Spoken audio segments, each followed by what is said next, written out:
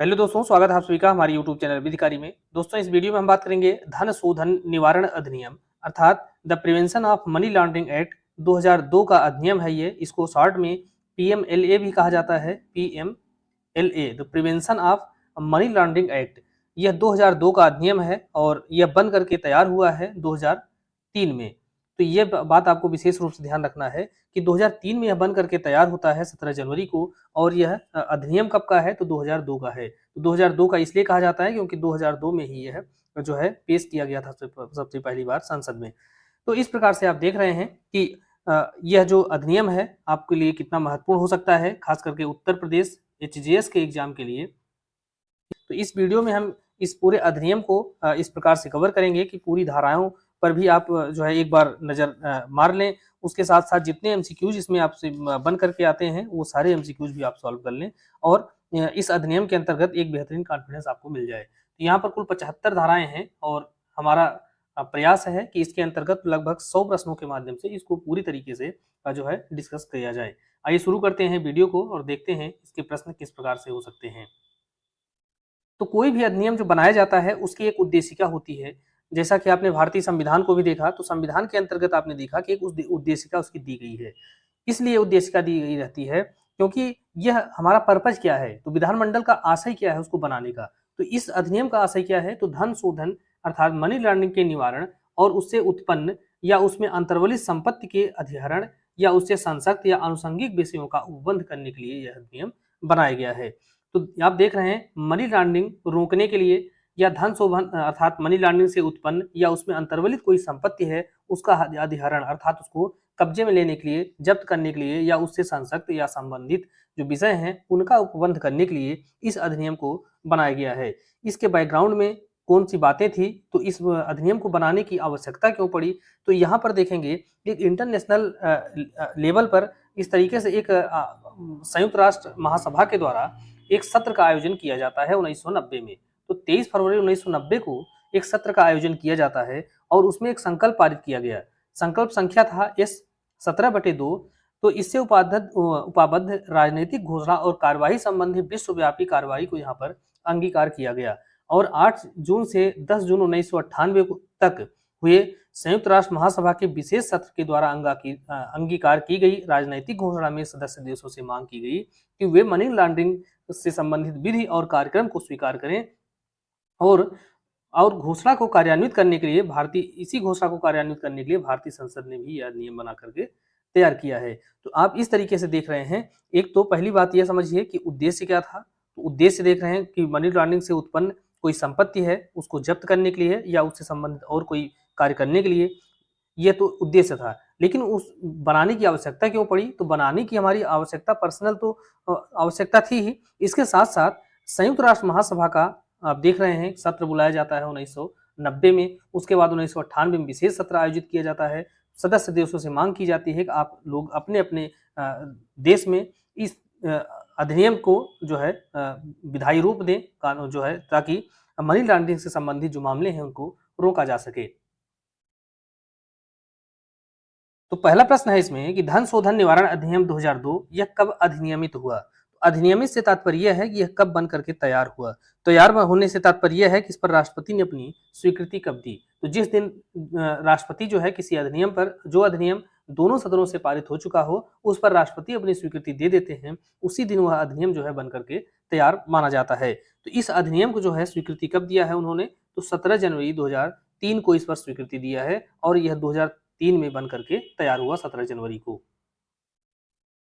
अगला प्रश्न है अन्वेषण के अंतर्गत क्या आता है। अब यहाँ पर देखेंगे तो पहली धारा जो है उसमें बताया गया है कि इसका संक्षिप्त नाम क्या होगा, इसका विस्तार कहाँ होगा, तो संपूर्ण भारत पर इसका विस्तार होगा। यह कब लागू होगा, तो यह जो है कब लागू हुआ है, तो एक डेट और याद रखें, जैसे आप 17 जनवरी को याद रखते हैं, 17 जनवरी 2003 को यह बनकर तैयार हुआ।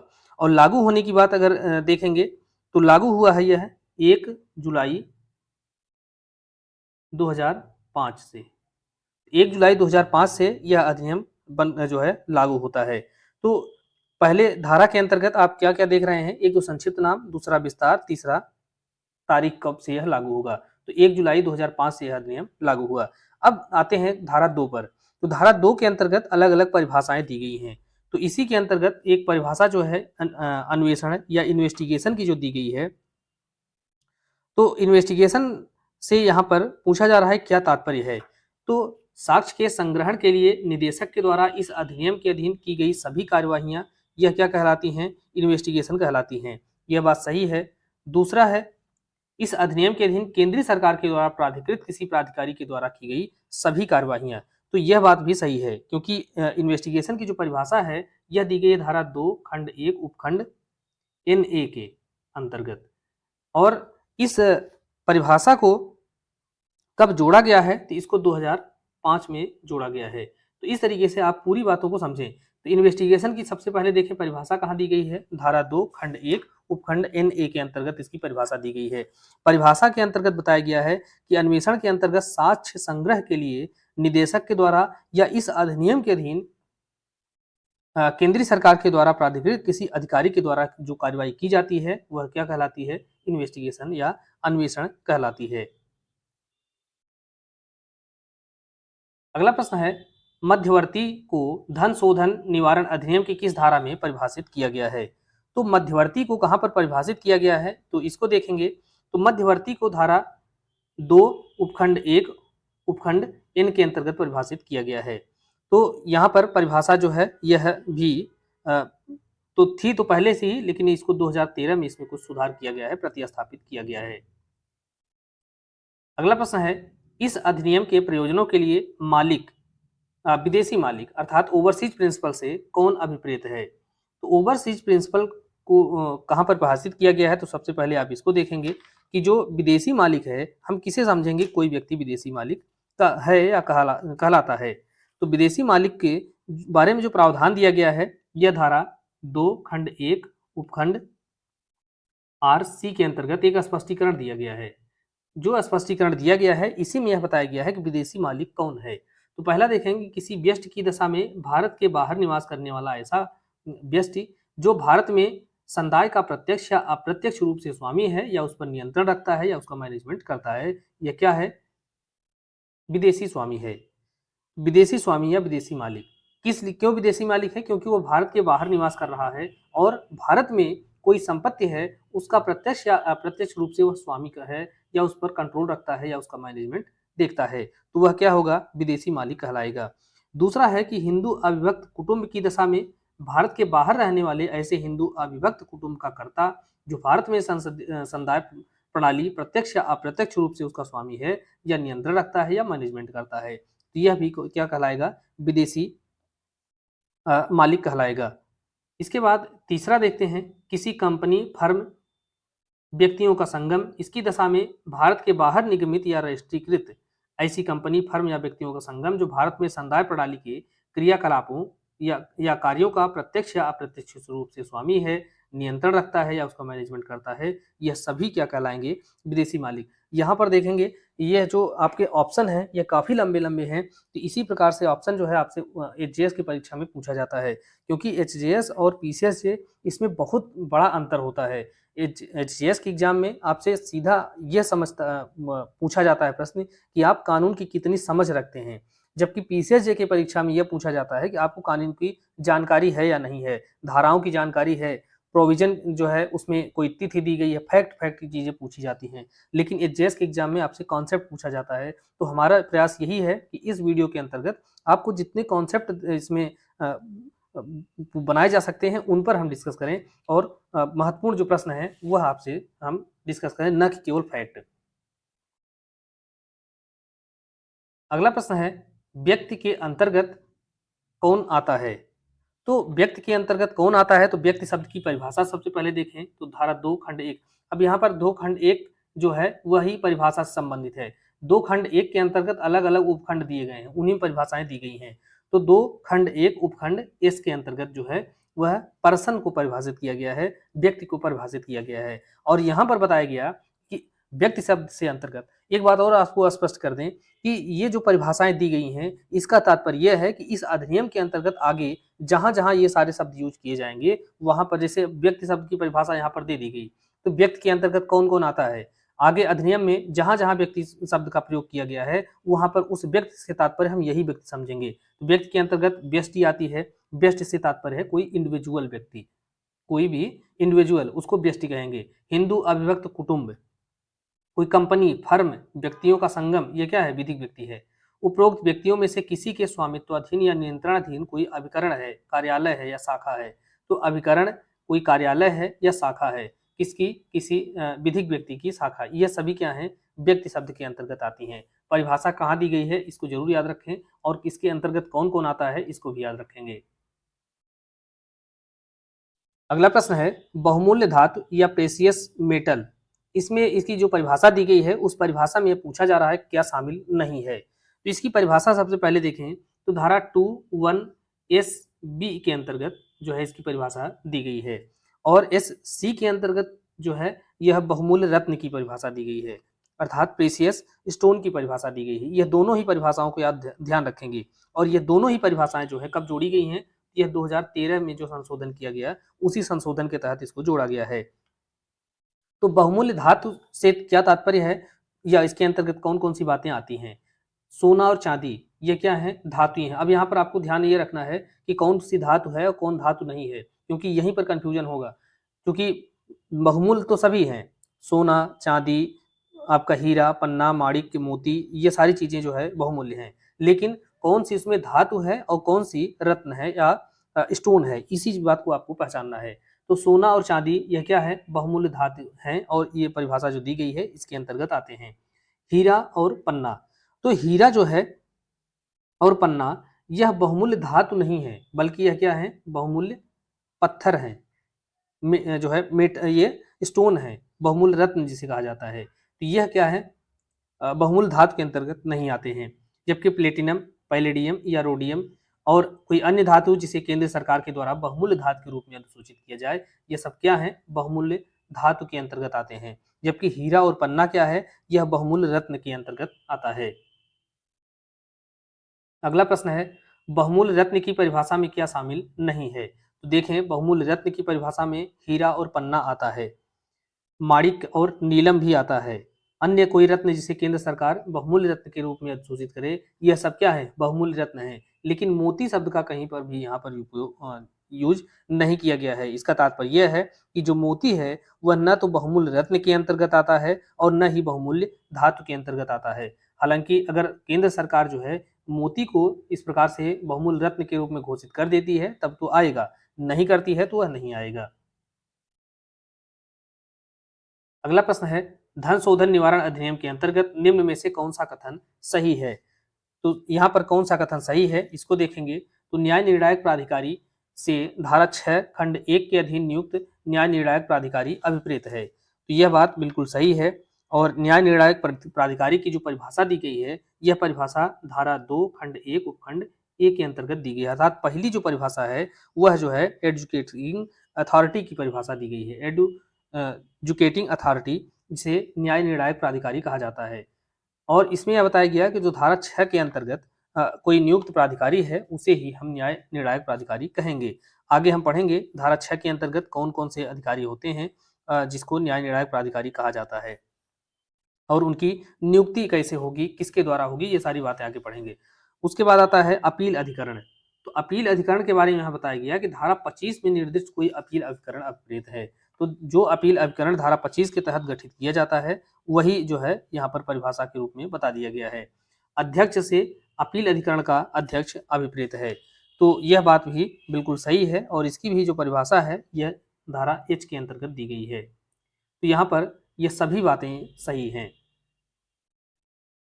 अगला प्रश्न है अधिनियम की किस धारा में धन शोधन का अर्थ बताया गया है, या मनी लॉन्ड्रिंग का अर्थ कहां पर बताया गया है? तो धारा किस धारा के अंतर्गत बताया गया है? तो इसकी सबसे पहले जो परिभाषा है धन शोधन की जो परिभाषा है यह दी गई है पी के अंतर्गत।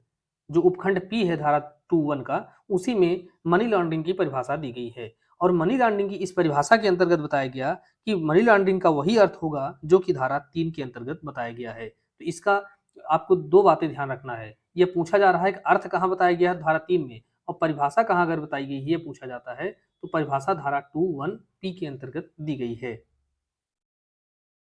तो धन शोधन की जो परिभाषा दी गई है या उसका जो अर्थ बताया गया है धारा 3 के अंतर्गत, अब उस धारा 3 को यहाँ पर हम एक स्थान पर डिस्कस करेंगे, देखेंगे क्या परिभाषा दी गई है या उसका अर्थ क्या बताया गया है, किससे समझा जाएगा कि कोई कार्य मनी लॉन्ड्रिंग कहलाता है।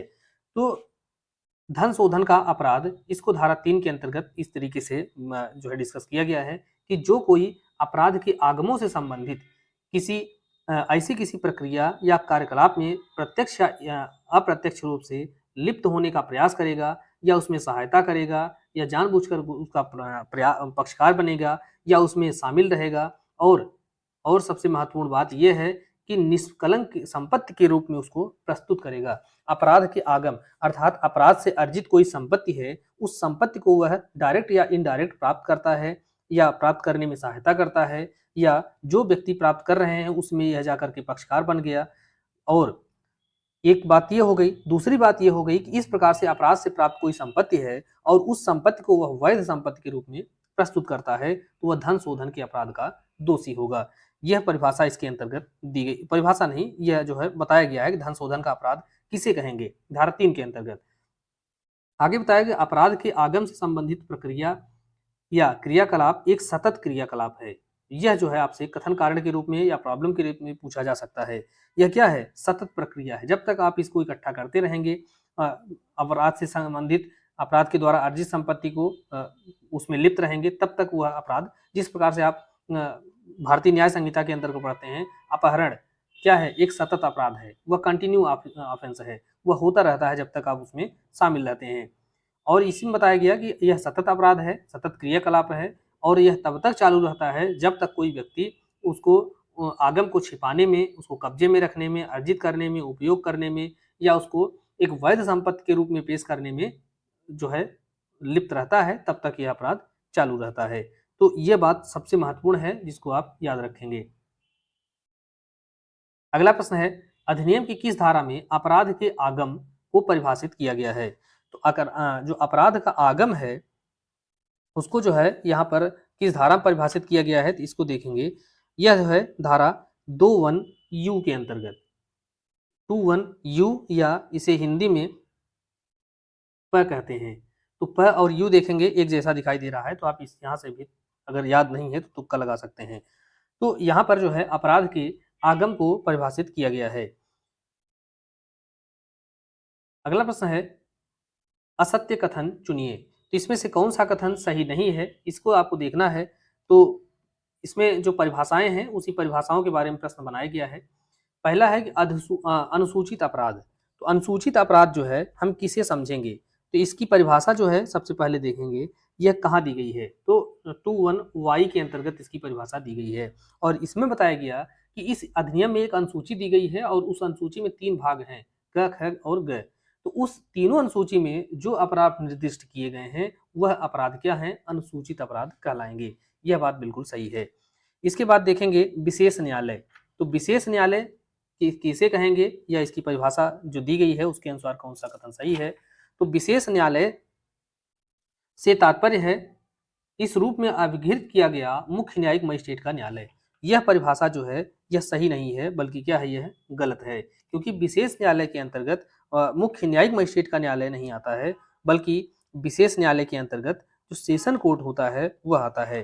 तो सत्र न्यायालय को विशेष न्यायालय के रूप में यहाँ पर अभिहित किया जाता है। तो इस प्रकार से आप देख रहे हैं दूसरा जो आपका विकल्प है यह गलत है। उसके बाद आता है अंतरण। तो अंतरण के अंतर्गत क्या आता है?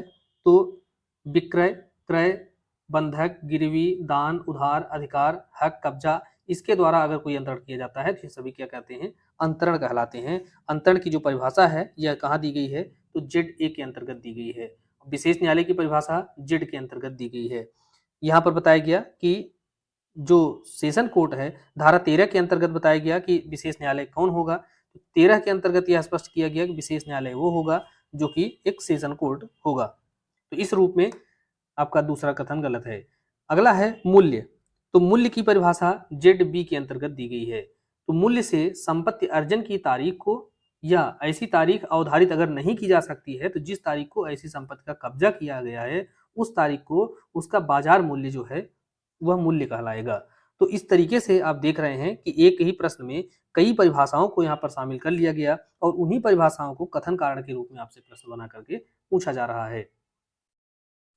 अगला प्रश्न है, अपराध के आगम के अंतर्गत निम्न में से क्या आता है? तो अपराध का आगम इसे किसे कहेंगे? क्योंकि आपने देखा कि अपराध के जो आगम होते हैं वह क्या है, एक तरीके से अपराध हैं।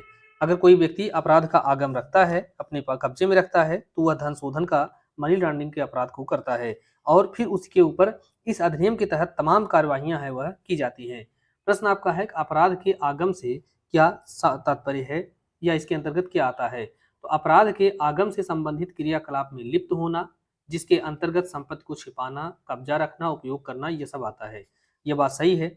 दूसरा है, अनुसूचित अपराध से संबंधित क्रियाकलाप में शामिल होकर के संपत्ति को प्राप्त करना, छिपाना या कब्जे में रखना, यह भी आता है। मनी लॉन्ड्रिंग में प्राप्त संपत्ति का उपयोग करना, यह सभी जो है, जो संपत्तियां हैं, यह सारी संपत्तियां क्या कहलाएंगी? अपराध के आगम कहलाएंगी। अगला प्रश्न है, अधिनियम की किस धारा में धन शोधन के अपराध को दंडनीय बनाया गया है? तो मनी लॉन्ड्रिंग के बारे में बताया गया धारा 3 के अंतर्गत कि किसे हम कहेंगे कि यह अपराध जो है वह मनी लॉन्ड्रिंग का अपराध किया गया। तो उसको आपने देखा कि अपराध के आगम से प्राप्त कोई संपत्ति है उसको रखना, छिपाना, यूज करना, वैध संपत्ति के रूप में कन्वर्ट करना, यह सब क्या है? अपराध हो गया। अब इस अपराध का पनिशमेंट जो है कहाँ दिया गया है? तो धारा 4 के अंतर्गत इसको दंडनीय बनाया गया है और दंड कितना होगा?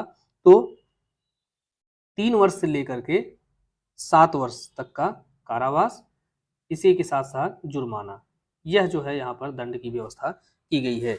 तो 3 साल से तो कम नहीं होगा, लेकिन वह जो कारावास होगा वह 7 साल तक हो सकता है। तो धन शोधन के अपराध को दंडनीय बनाया गया है धारा 4 के अंतर्गत और दंड कितना होगा? तो 3 वर्ष से लेकर के 7 वर्ष तक।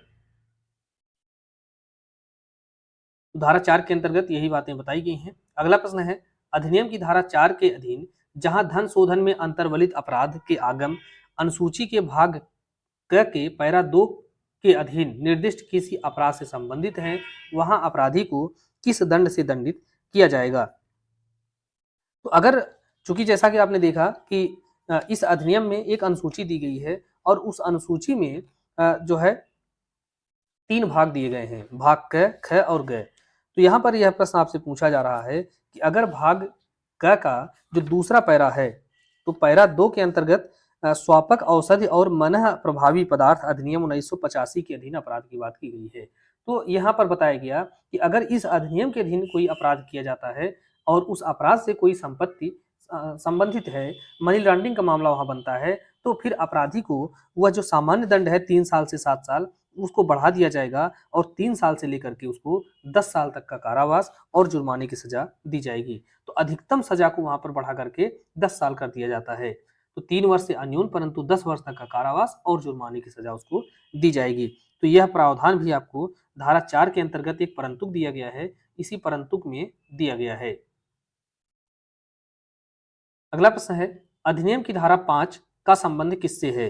तो धारा 5 के अंतर्गत कौन सी बातें बताई गई हैं? तो धारा 5 जो है यह अध्याय 3 के अंतर्गत आता है, इसको ध्यान रखें, अध्याय 3 के अंतर्गत। और अध्याय 3 में जो है कुर्की, न्याय निर्णयन और अधिहरण, इसके बारे में प्रावधान किया गया है। तो अपराध जो मनी लॉन्ड्रिंग से संबंधित अपराध हैं, उस अपराध के कारण जो संपत्ति इकट्ठी की गई है, उस संपत्ति को कुर्क किया जाना या जब्त किए जाना, इसके बारे में प्रावधान अध्याय 3 के अंतर्गत दिया गया है। धारा 5 पूछा जा रहा है, धारा 5 के अंतर्गत जो है धन शोधन में अंतर्वलित संपत्ति की कुर्की के बारे में प्रावधान किया जाता है। तो इस प्रकार से आपने धारा 2 को देखा, परिभाषा जैसा कि सभी अधिनियमों में होता है। 3 के अंतर्गत देखा कि यह बताया गया कि धन शोधन का अपराध क्या होता है। 4 के अंतर्गत उसका पनिशमेंट बताया। 5 के अंतर्गत ये देख रहे हैं आप कि अगर जो इस प्रकार से संपत्ति अर्जित की गई है उसकी कैसे कुर्की हो जाती है। तो कुर्की जो है कैसे होगी, यह उसकी पूरी प्रक्रिया यहाँ पर बताई गई है धारा 5 के अंतर्गत। तो धारा 5 को थोड़ा सा यहाँ पर देखना जरूरी है, क्योंकि ये कुर्की की जो प्रक्रिया है उसको समझना है। धन शोधन में अंतर्वलित संपत्ति की कुर्की, कुर्की कैसे होगी? तो किसके आदेश से होगी? जहां निदेशक या इस अधिनियम के प्रयोजनों के लिए निदेशक के द्वारा प्राधिकृत कोई अन्य अधिकारी, और ऐसा अधिकारी कौन होगा? उपनिदेशक से अन्यून पंक्ति का होगा, अर्थात उसकी जो मिनिमम रैंक होगी वह उपनिदेशक की होगी, उससे नीचे के अधिकारी को वह प्राधिकृत नहीं कर सकता है। तो निदेशक या उप निदेशक को यह विश्वास करने का कारण है कि किसी व्यक्ति के कब्जे में अपराध का कोई आगम है। तो अपराध का आगम क्या होता है, इसको आपने देख लिया कि अपराध का आगम उसे कहेंगे जो संपत्ति अपराध से अर्जित की गई है। अपराध के ऐसे आगमों को छिपाने, अंतरित करने या उसको डीलिंग करने, व्यवहार किए जाने से तात्पर्य है उसको लेन देन करने की संभावना है, और जिसके परिणाम स्वरूप इस अध्याय के अधीन कोई कार्यवाही जो है वह निष्फल हो सकती है। तो इस अधिनियम के अधीन अगर कोई कार्यवाही निष्फल हो सकती है तो ऐसी स्थिति में वह लिखित आदेश के द्वारा 180 दिन के लिए उस संपत्ति को क्या कर सकता है, कुर्क कर सकता है। तो यहाँ पर एक एक बातों को आपको ध्यान रखना है कि अगर जो है निदेशक या उपनिदेशक रैंक के अधिकारी को ऐसा विश्वास है कि किसी व्यक्ति के कब्जे में अपराध से संबंधित कोई संपत्ति है, या उस संपत्ति को छुपाए हुए है या ट्रांसफर कर रहा है, और अगर उसको न रोका गया, संपत्ति को अपने कब्जे में न लिया गया, तो उसके ऊपर कार्यवाही नहीं की जा सकती है। तो अगर उसका ऐसा विश्वास है तो लिखित आदेश द्वारा उस संपत्ति को 180 दिन, अधिकतम 180 दिन तक के लिए वह अपने कब्जे में लेने के लिए कुर्क कर सकता है। यह बात तो एक सामान्य हो गई, लेकिन ऐसी कुर्की का आदेश यहाँ पर बताया गया कि तब तक नहीं दिया जाएगा। तो कुर्की जो है तभी की जा सकती है जबकि इसके संबंध में एक रिपोर्ट प्राप्त हो, पुलिस रिपोर्ट जिसे कहते हैं। सीआरपीसी 173 के अधीन क्या होता है, पुलिस रिपोर्ट होता है। अब उसे बीएनएसएस के अंतर्गत 193 धारा के अंतर्गत समझा जाता है। तो जो पुलिस रिपोर्ट है वह मजिस्ट्रेट को प्राप्त हो जाती है। तो मजिस्ट्रेट को एक पुलिस रिपोर्ट प्राप्त हो जाती है और फिर मजिस्ट्रेट क्या करेंगे, उस संपत्ति को कुर्क करने का आदेश देंगे, या उस अनुसूचित अपराध का इन्वेस्टिगेशन करने के लिए प्राधिकृत किसी व्यक्ति के द्वारा अनुसूचित अपराध का संज्ञान लेने के लिए किसी मजिस्ट्रेट या न्यायालय के समक्ष कोई परिवाद फाइल कर दिया गया हो। तो जब तक इस तरीके की कार्यवाही नहीं हो जाती है, अर्थात जो 173 सीआरपीसी या बीएनएसएस की एक धारा 193 के अधीन जब मजिस्ट्रेट को जो है रिपोर्ट भेज दी जाती है कि हाँ ये बात सही है और उस संपत्ति को कुर्क किया जाना आवश्यक है, तो ऐसी रिपोर्ट प्राप्त होने पर, या अगर अनुसूचित अपराध है तो उस अनुसूचित अपराध के संबंध में न्यायालय के समक्ष कोई परिवाद फाइल किया जाता है, और परिवाद फाइल करने के बाद उसको सूचना दी जाती है साहब इस संपत्ति को कुर्क किया जाना आवश्यक है। या तीसरी बात इसके अंतर्गत है, किसी अन्य देश की स्थानीय विधि के अधीन वैसी ही कोई रिपोर्ट अगर पेश नहीं कर दिया जाता अथवा परिवाद फाइल न कर दिया गया हो, तब तक ऐसी कुर्की नहीं की जाएगी। परंतु यहाँ पर यह बताया गया किसी व्यक्ति की संपत्ति की इस धारा के अधीन कोई कुर्की की जा सकेगी अगर निदेशक या उसके द्वारा प्राधिकृत उपनिदेशक के पास यह विश्वास करने का कारण है कि धन शोधन में अंतर्वलित संपत्ति की कुर्की न किए जाने से इस अधिनियम के अधीन कोई कार्रवाई निष्फल होने की संभावना है। तो यहाँ पर आप देख रहे हैं कि दो आधार हैं जिनके आधार पर जो है कोई संपत्ति कुर्क की जा सकती है। पहली तो यह है कि जो निदेशक उपनिदेशक हैं वह जो है संपत्ति को कुर्क कर सकते हैं, और ऐसी कुर्की अधिकतम 180 दिन के लिए रहेगी। लेकिन ऐसी कुर्की तभी करेंगे जबकि वह जो मजिस्ट्रेट को रिपोर्ट अगर पेश कर दी जाती है।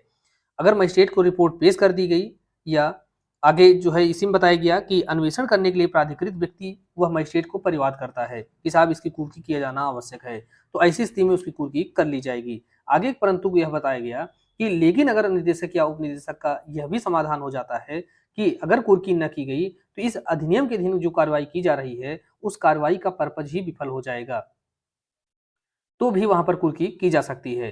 परंतु एक आगे बताया गया एक और परंतु जोड़ करके कि 180 दिन की गणना करते समय उच्च न्यायालय के द्वारा इस अधिनियम के अधीन कार्यवाही के दौरान मंजूर किए गए जो स्टे ऑर्डर हैं, रोकादेश से हिंदी में कहते हैं, स्टे ऑर्डर की अवधि को छोड़ दिया जाएगा, और ऐसे आदेश के रद्द किए जाने की तारीख से 30 दिन से अनधिक और अधिक जो अवधि है उसको मंजूर किया जा सकता है। तो इस प्रकार से आप देख रहे हैं कि 180 दिन के लिए जो संपत्ति अधिगृहित की जाती है उस 180 दिन की जो गणना है उसको हम कैसे करेंगे।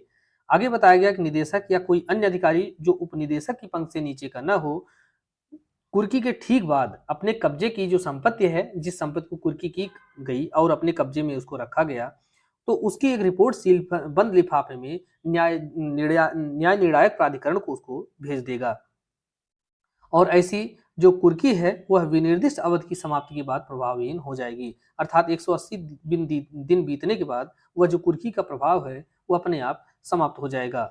आगे बताया गया कि इस धारा की कोई बात कुर्क की गई अचल संपत्ति के उपभोग में हितबद्ध व्यक्ति को ऐसे उपभोग से निवारित नहीं करेगी।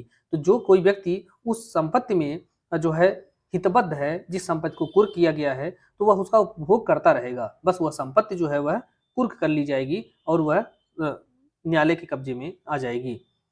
स्पष्टीकरण एक दिया गया है कि अचल संपत्ति के संबंध में हितबद्ध व्यक्ति के अंतर्गत संपत्ति में दावा करने वाला या हकदार, ये सभी व्यक्ति आते हैं। ये सब बारीकियां हैं, यहीं से प्रश्न आपसे पूछे जाते हैं। अगला खंड इसका है कि निदेशक या कोई अन्य अधिकारी जो किसी संपत्ति को कुर्क करता है, ऐसी कुर्की की तारीख से 30 दिन के भीतर न्याय निर्णायक प्राधिकारी के समक्ष ऐसी कुर्की के तथ्यों का जो कथन करते हुए एक परिवाद फाइल करेगा। तो कुर्की के बारे में जितनी बातें थी यहाँ पर एक स्थान पर आपने देख लिया है। अब आते हैं धारा 5 पर जो प्रश्न बनते हैं कुर्की संबंधित, उसको देखते हैं। तो अधिनियम की धारा 5 के अधीन धन शोधन से संबंधित आगम की कुर्की कौन कर सकेगा, यह आप देखें। तो न्याय निर्णायक प्राधिकारी जो है यह कुर्की नहीं करता है, बल्कि कुर्की ये दोनों करते हैं, निदेशक या निदेशक के द्वारा प्राधिकृत कोई उपनिदेशक। यह जब करते हैं तो करने के बाद एक रिपोर्ट बनाएंगे और उस रिपोर्ट को जो है कहाँ भेजेंगे, न्याय निर्णायक प्राधिकारी के पास।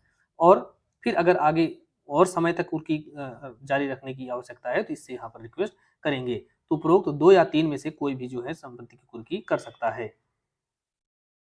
अगला प्रश्न है धारा 5 के अधीन कुर्की का आदेश कब दिया जा सकता है। तो कुर्की का आदेश आपने देखा कि कब दिया जा सकता है, उसी के अंतर्गत बता दिया गया है कि सीआरपीसी की धारा 173 अर्थात बीएनएसएस की धारा 193 के अधीन जो पुलिस रिपोर्ट है, वह पुलिस रिपोर्ट मजिस्ट्रेट को भेजे जाने के बाद ऐसी कुर्की की जा सकती है। और कुर्की कितने दिन के लिए, तो 180 दिन के लिए। और 180 दिन जैसे ही बीत जाएगा ऐसी कुर्की का प्रभाव समाप्त हो जाएगा। दूसरा ग्राउंड यह है कि इस अधिनियम के अधीन अनुसूचित अपराध का संज्ञान लेने के लिए सशक्त मजिस्ट्रेट के समक्ष परिवाद फाइल करने के बाद। तो आप जानते हैं कि मजिस्ट्रेट के समक्ष जो कार्रवाइयां हैं 2 तरीके से प्रारंभ होती हैं, एक तो पुलिस रिपोर्ट पर और दूसरा जो है परिवाद पर। तो परिवाद भी यहाँ पर 2 तरीके का है कि अन्य देश की विधि के अधीन रिपोर्ट प्राप्त अथवा परिवाद प्राप्त होने पर, मजिस्ट्रेट के समक्ष परिवाद करने पर या पुलिस रिपोर्ट पर। तो इस आधार पर अगर मजिस्ट्रेट का समाधान हो जाता है कि हाँ ऐसी परिस्थितियां विद्यमान हैं कि कुर्की किया जाना आवश्यक है, तो कुर्की का आदेश दे सकता है। अगला प्रश्न है धारा 5 के अधीन कब निदेशक या उसके द्वारा सशक्त प्राधिकारी अपराध के आगम की कुर्की का आदेश सीआरपीसी की धारा 173 या बीएनएसएस की धारा 193 के अधीन पुलिस रिपोर्ट के बिना या परिवाद के बिना भी कर सकता है। तो यहाँ पर आप देख रहे हैं सामान्य नियम तो यही है कि कोई भी कुर्की तभी की जाएगी जबकि पुलिस रिपोर्ट जो है मजिस्ट्रेट को प्राप्त हो जाए या सक्षम जो न्यायालय है उसको, मजिस्ट्रेट है उसको क्या है परिवाद किया जाए। तो अगर सामान्य नियम यह है, लेकिन कुछ परिस्थिति ऐसी भी है जबकि इस प्रकार से पुलिस रिपोर्ट या परिवाद की आवश्यकता नहीं होती है और डायरेक्ट जो है संपत्ति कुर्की कर ली जाती है।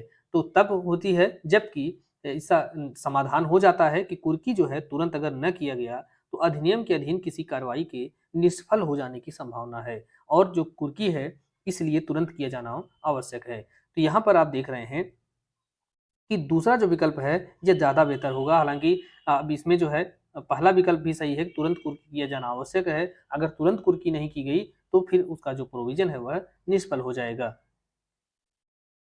अगला प्रश्न है अपराध के आगम को कितने दिन के लिए कुर्क किया जा सकता है। तो यही चीजें आपने बार बार देखी कि अपराध के आगम को अधिकतम 180 दिन के लिए कुर्क किया जा सकता है और 180 दिन जैसे ही बीत जाएगा वैसे जो कुर्की का प्रभाव हुआ है समाप्त हो जाता है।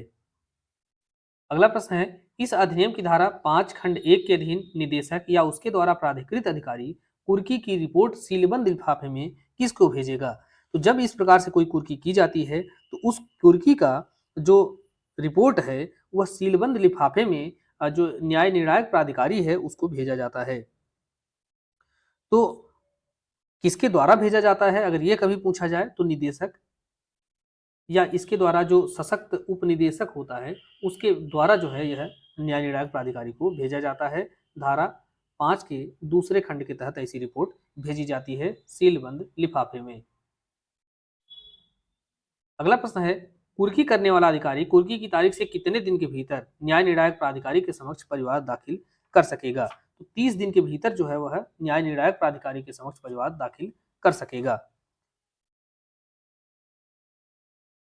अगला प्रश्न है न्याय निर्णायक प्राधिकारी की संरचना से संबंधित कौन सी धारा है।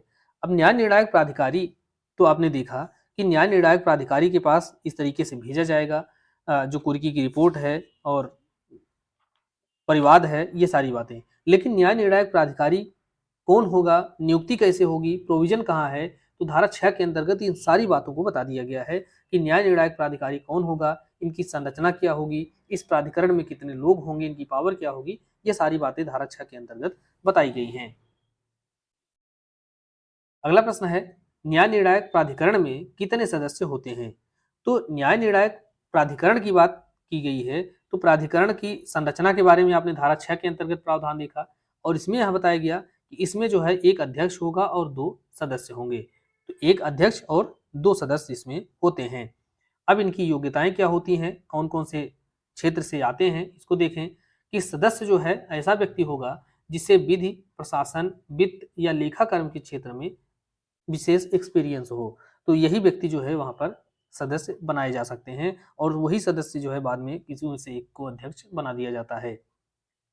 अगला प्रश्न है, न्याय निर्णायक प्राधिकरण के सदस्य के रूप में नियुक्ति के लिए योग्यता क्या है। तो योग्यता जो है धारा 6 के अंतर्गत खंड 3 में दी गई है। इसमें बताया गया कि कौन सा व्यक्ति है जिसको न्याय निर्णायक प्राधिकरण का सदस्य बनाया जा सकता है। तो जिसने जिला न्यायाधीश के रूप में नियुक्ति पाने के लिए योग्यता रखता हो, जो व्यक्ति जिला जज के रूप में नियुक्त होने के लिए योग्य हो, पहली बात। दूसरी बात यह है कि भारतीय विधि सेवा का सदस्य रहा हो और उसको जो क्लास 1 का पद उसने धारण किया हुआ हो, यह बात भी सही है। तीसरा है कि वित्त, लेखा कर्म या प्रशासन के क्षेत्र में जो प्रिस्क्राइब्ड योग्यता है उसको रखता हो, अर्थात ये सभी योग्यताएं अगर उसके अंतर्गत हैं तभी वह व्यक्ति, इनमें से कोई जो है अगर है, चूंकि 2 सदस्य होते हैं, एक विधि के क्षेत्र का होता है, दूसरा ये तीसरे वाले विकल्प का होता है, तो अगर इस लेवल का है तभी उसको जो है योग्य समझा जाएगा और नियुक्त किया जा सकता है। अगला प्रश्न है, निम्नलिखित में से कौन सा कथन असत्य है। तो असत्य कथन इसके अंतर्गत आपको चुनना है। पहला है कि न्यायपीठ का गठन न्याय निर्णायक प्राधिकरण के अध्यक्ष के द्वारा किया जाता है। तो न्यायपीठ का जो गठन है यह अध्यक्ष के द्वारा किया जाता है, यह बात सही है। दूसरा है, न्याय निर्णायक प्राधिकरण के न्यायपीठों की बैठक जो है यह सामान्यतया दिल्ली में होती है, यह बात भी सही है। तीसरा है कि केंद्रीय सरकार ऐसे क्षेत्रों को विनिर्दिष्ट करेगी जिनके संबंध में न्याय निर्णायक प्राधिकरण अधिकारिता का प्रयोग कर सकेगा। तो अधिकारिता का प्रयोग करेगा, यह जो है कहां पर करेगा, यह केंद्र सरकार निर्धारित करती है। केंद्र सरकार किसी एक सदस्य को एक न्यायपीठ से दूसरी न्यायपीठ में ट्रांसफर कर सकता है। तो यह बात गलत है, क्योंकि केंद्र सरकार जो है यह एक सदस्य को एक न्यायपीठ से दूसरी न्यायपीठ में नहीं अंतरित करता, बल्कि यह जो पावर है वह किसको दी गई है, अध्यक्ष को। अध्यक्ष के पास यह शक्ति है कि किसी सदस्य को एक न्यायपीठ से दूसरी न्यायपीठ में वह ट्रांसफर कर सके। यह प्रावधान जो है धारा 6 के अंतर्गत खंड 5 दिया गया है, उसी में बताया गया है। अगला प्रश्न है, न्याय निर्णायक प्राधिकरण का अध्यक्ष कौन नियुक्त करता है। तो अध्यक्ष की नियुक्ति किसके द्वारा की जाएगी, अगर यह प्रश्न अब कभी पूछा जाए तो नियुक्ति जो है वह केंद्र सरकार के द्वारा की जाती है। और अगर कभी यह पूछा जाए कि इनको पद से हटाएगा कौन, तो वहां पर हटाने का भी जो प्रावधान है वह भी केंद्र सरकार के द्वारा ही किया जाएगा, और धारा 6 खंड 12 के अंतर्गत ऐसा प्रावधान किया गया है। तो नियुक्ति जो है वह भी अध्यक्ष के केंद्र सरकार के द्वारा, और इनको पदमुक्ति भी केंद्र सरकार के द्वारा ही की जाती है। अगला प्रश्न है, प्राधिकरण के जो अध्यक्ष हैं और सदस्य हैं इनका कार्यकाल क्या होता है। तो प्राधिकरण का जो अध्यक्ष है वह 5 वर्ष तक पद धारण करेगा, या 65 वर्ष की आयु, जो भी इसमें पहले हो।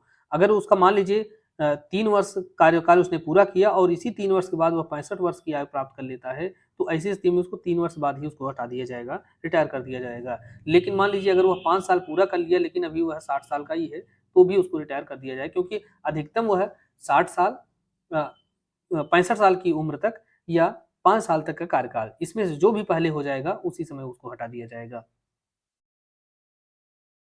अगला प्रश्न है, प्राधिकरण का अध्यक्ष या सदस्य अपना त्यागपत्र किसको देता है। तो त्यागपत्र के बारे में आपने देखा, धारा 6 खंड 11 के अंतर्गत प्रावधान किया गया है कि वह अपना जो त्यागपत्र है वह केंद्र सरकार को देगा, और 12 के अंतर्गत बताया गया कि उसको हटाया जाएगा किसके द्वारा, तो केंद्र सरकार के द्वारा ही उसको हटाया जाएगा। अगला प्रश्न है, न्याय निर्णायक प्राधिकरण के अध्यक्ष या उनके सदस्यों को कौन उनके पद से हटा सकता है। तो केंद्रीय सरकार जो है उनके पद से हटा सकती है।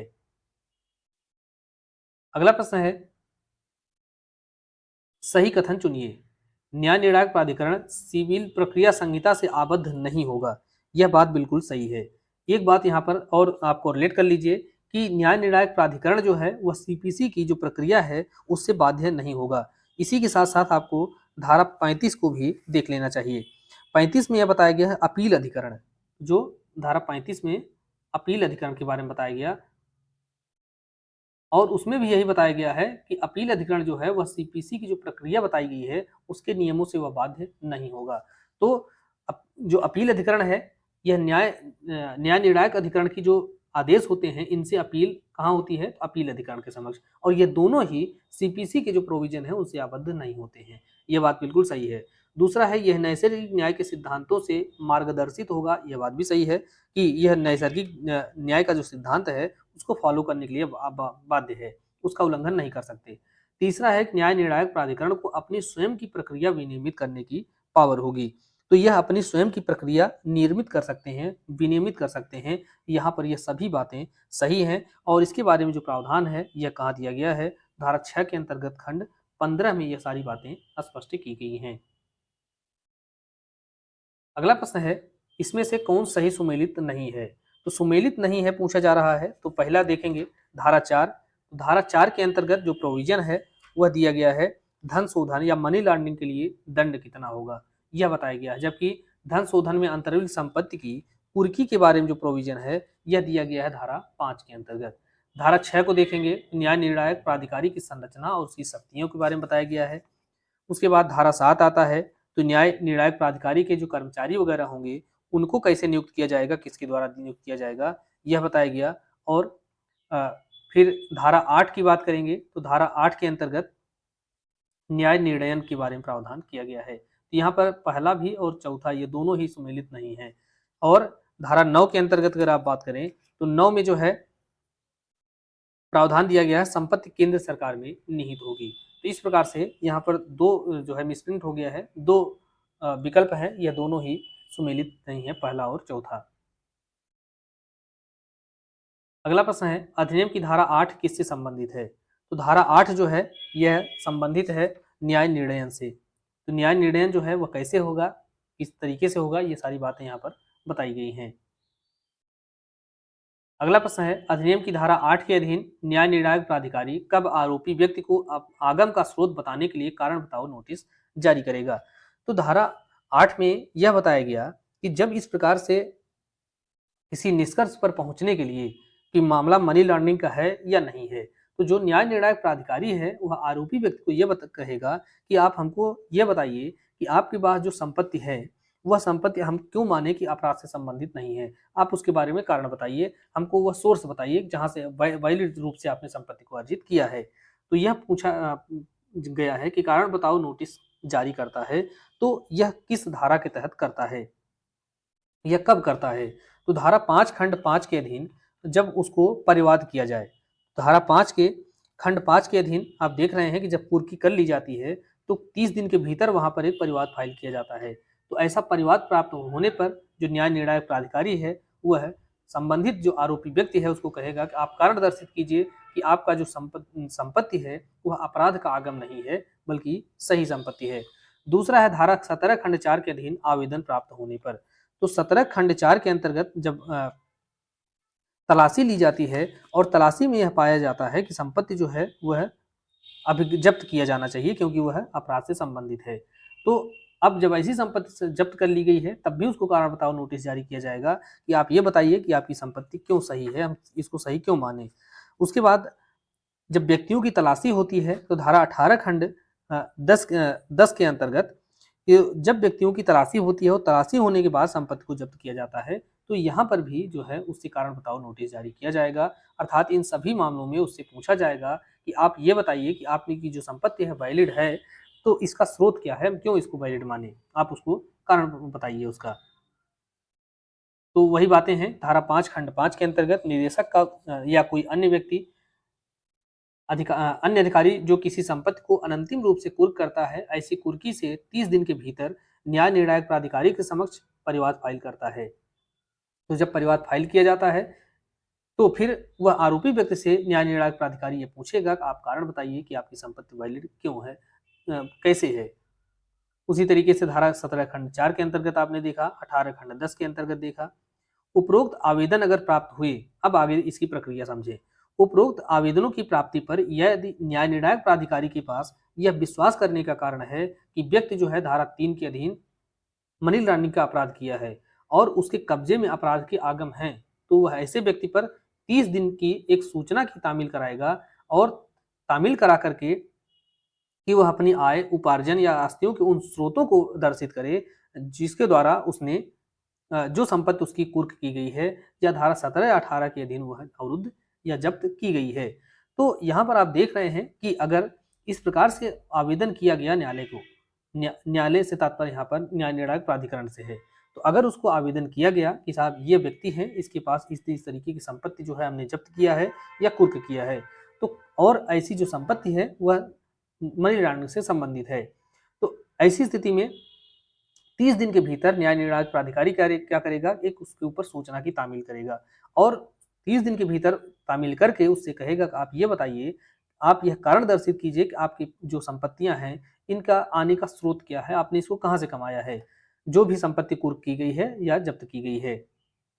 और जिस भी साक्ष्य को वह पेश करता है उसको न्यायालय में दर्शित करे।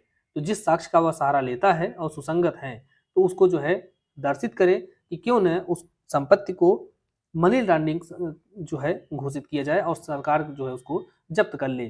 परंतु जब ऐसी सूचना परंतु जहां ऐसी सूचना ऐसी संपत्ति को विनिर्दिष्ट करती है जो किसी व्यक्ति की ओर से उस व्यक्ति के द्वारा धारित की गई है, वहां ऐसी सूचना को अन्य व्यक्ति पर भी तामील की जा सकेगी। परंतु एक और दिया गया है कि जहां ऐसी संपत्ति संयुक्त रूप से एक से अधिक व्यक्तियों द्वारा धारित है, वहां पर सभी व्यक्तियों को तामील की जाएगी। अब यहाँ पर आप देखें, दो परंतु दिए गए हैं। दो परंतु में अंतर्गत बताया गया कि मान लीजिए एक व्यक्ति ए है, इसके ऊपर आरोप है कि इसने मनी लॉन्ड्रिंग की संपत्ति अर्जित किया है, लेकिन यह इसकी ए वाली जो संपत्ति है यह एक्स धारण की हुई है, तो यहाँ पर जो नोटिस की तामील होगी ए पर भी होगी और एक्स पर भी होगी। लेकिन अगर मान लीजिए एक संपत्ति है उसको ए बी सी ये तीनों लोग मिल करके धारण करते हैं, तो यहाँ पर तीनों पर जो है समन की तामील की जाएगी कि आप यह कारण दर्शित करें कि आपकी संपत्ति आप जो आपके पास है वह मनी लॉन्ड्रिंग के द्वारा ही अर्जित की गई है, अपराध से अर्जित की गई है या स्वतंत्र रूप से अर्जित की गई है, इसको हमें स्पष्ट रूप से बताइए। तो ये सारे प्रोविजन जो है ये आपकी धारा 8 के अंतर्गत बताए गए हैं। अगला जो प्रश्न है आपका वह यह है कि यदि न्याय निर्णायक प्राधिकारी यह विनिश्चित करता है कि कुर्क या अविगृहित संपत्ति धन शोधन के रूप में है तो यह क्या आदेश पारित करेगा।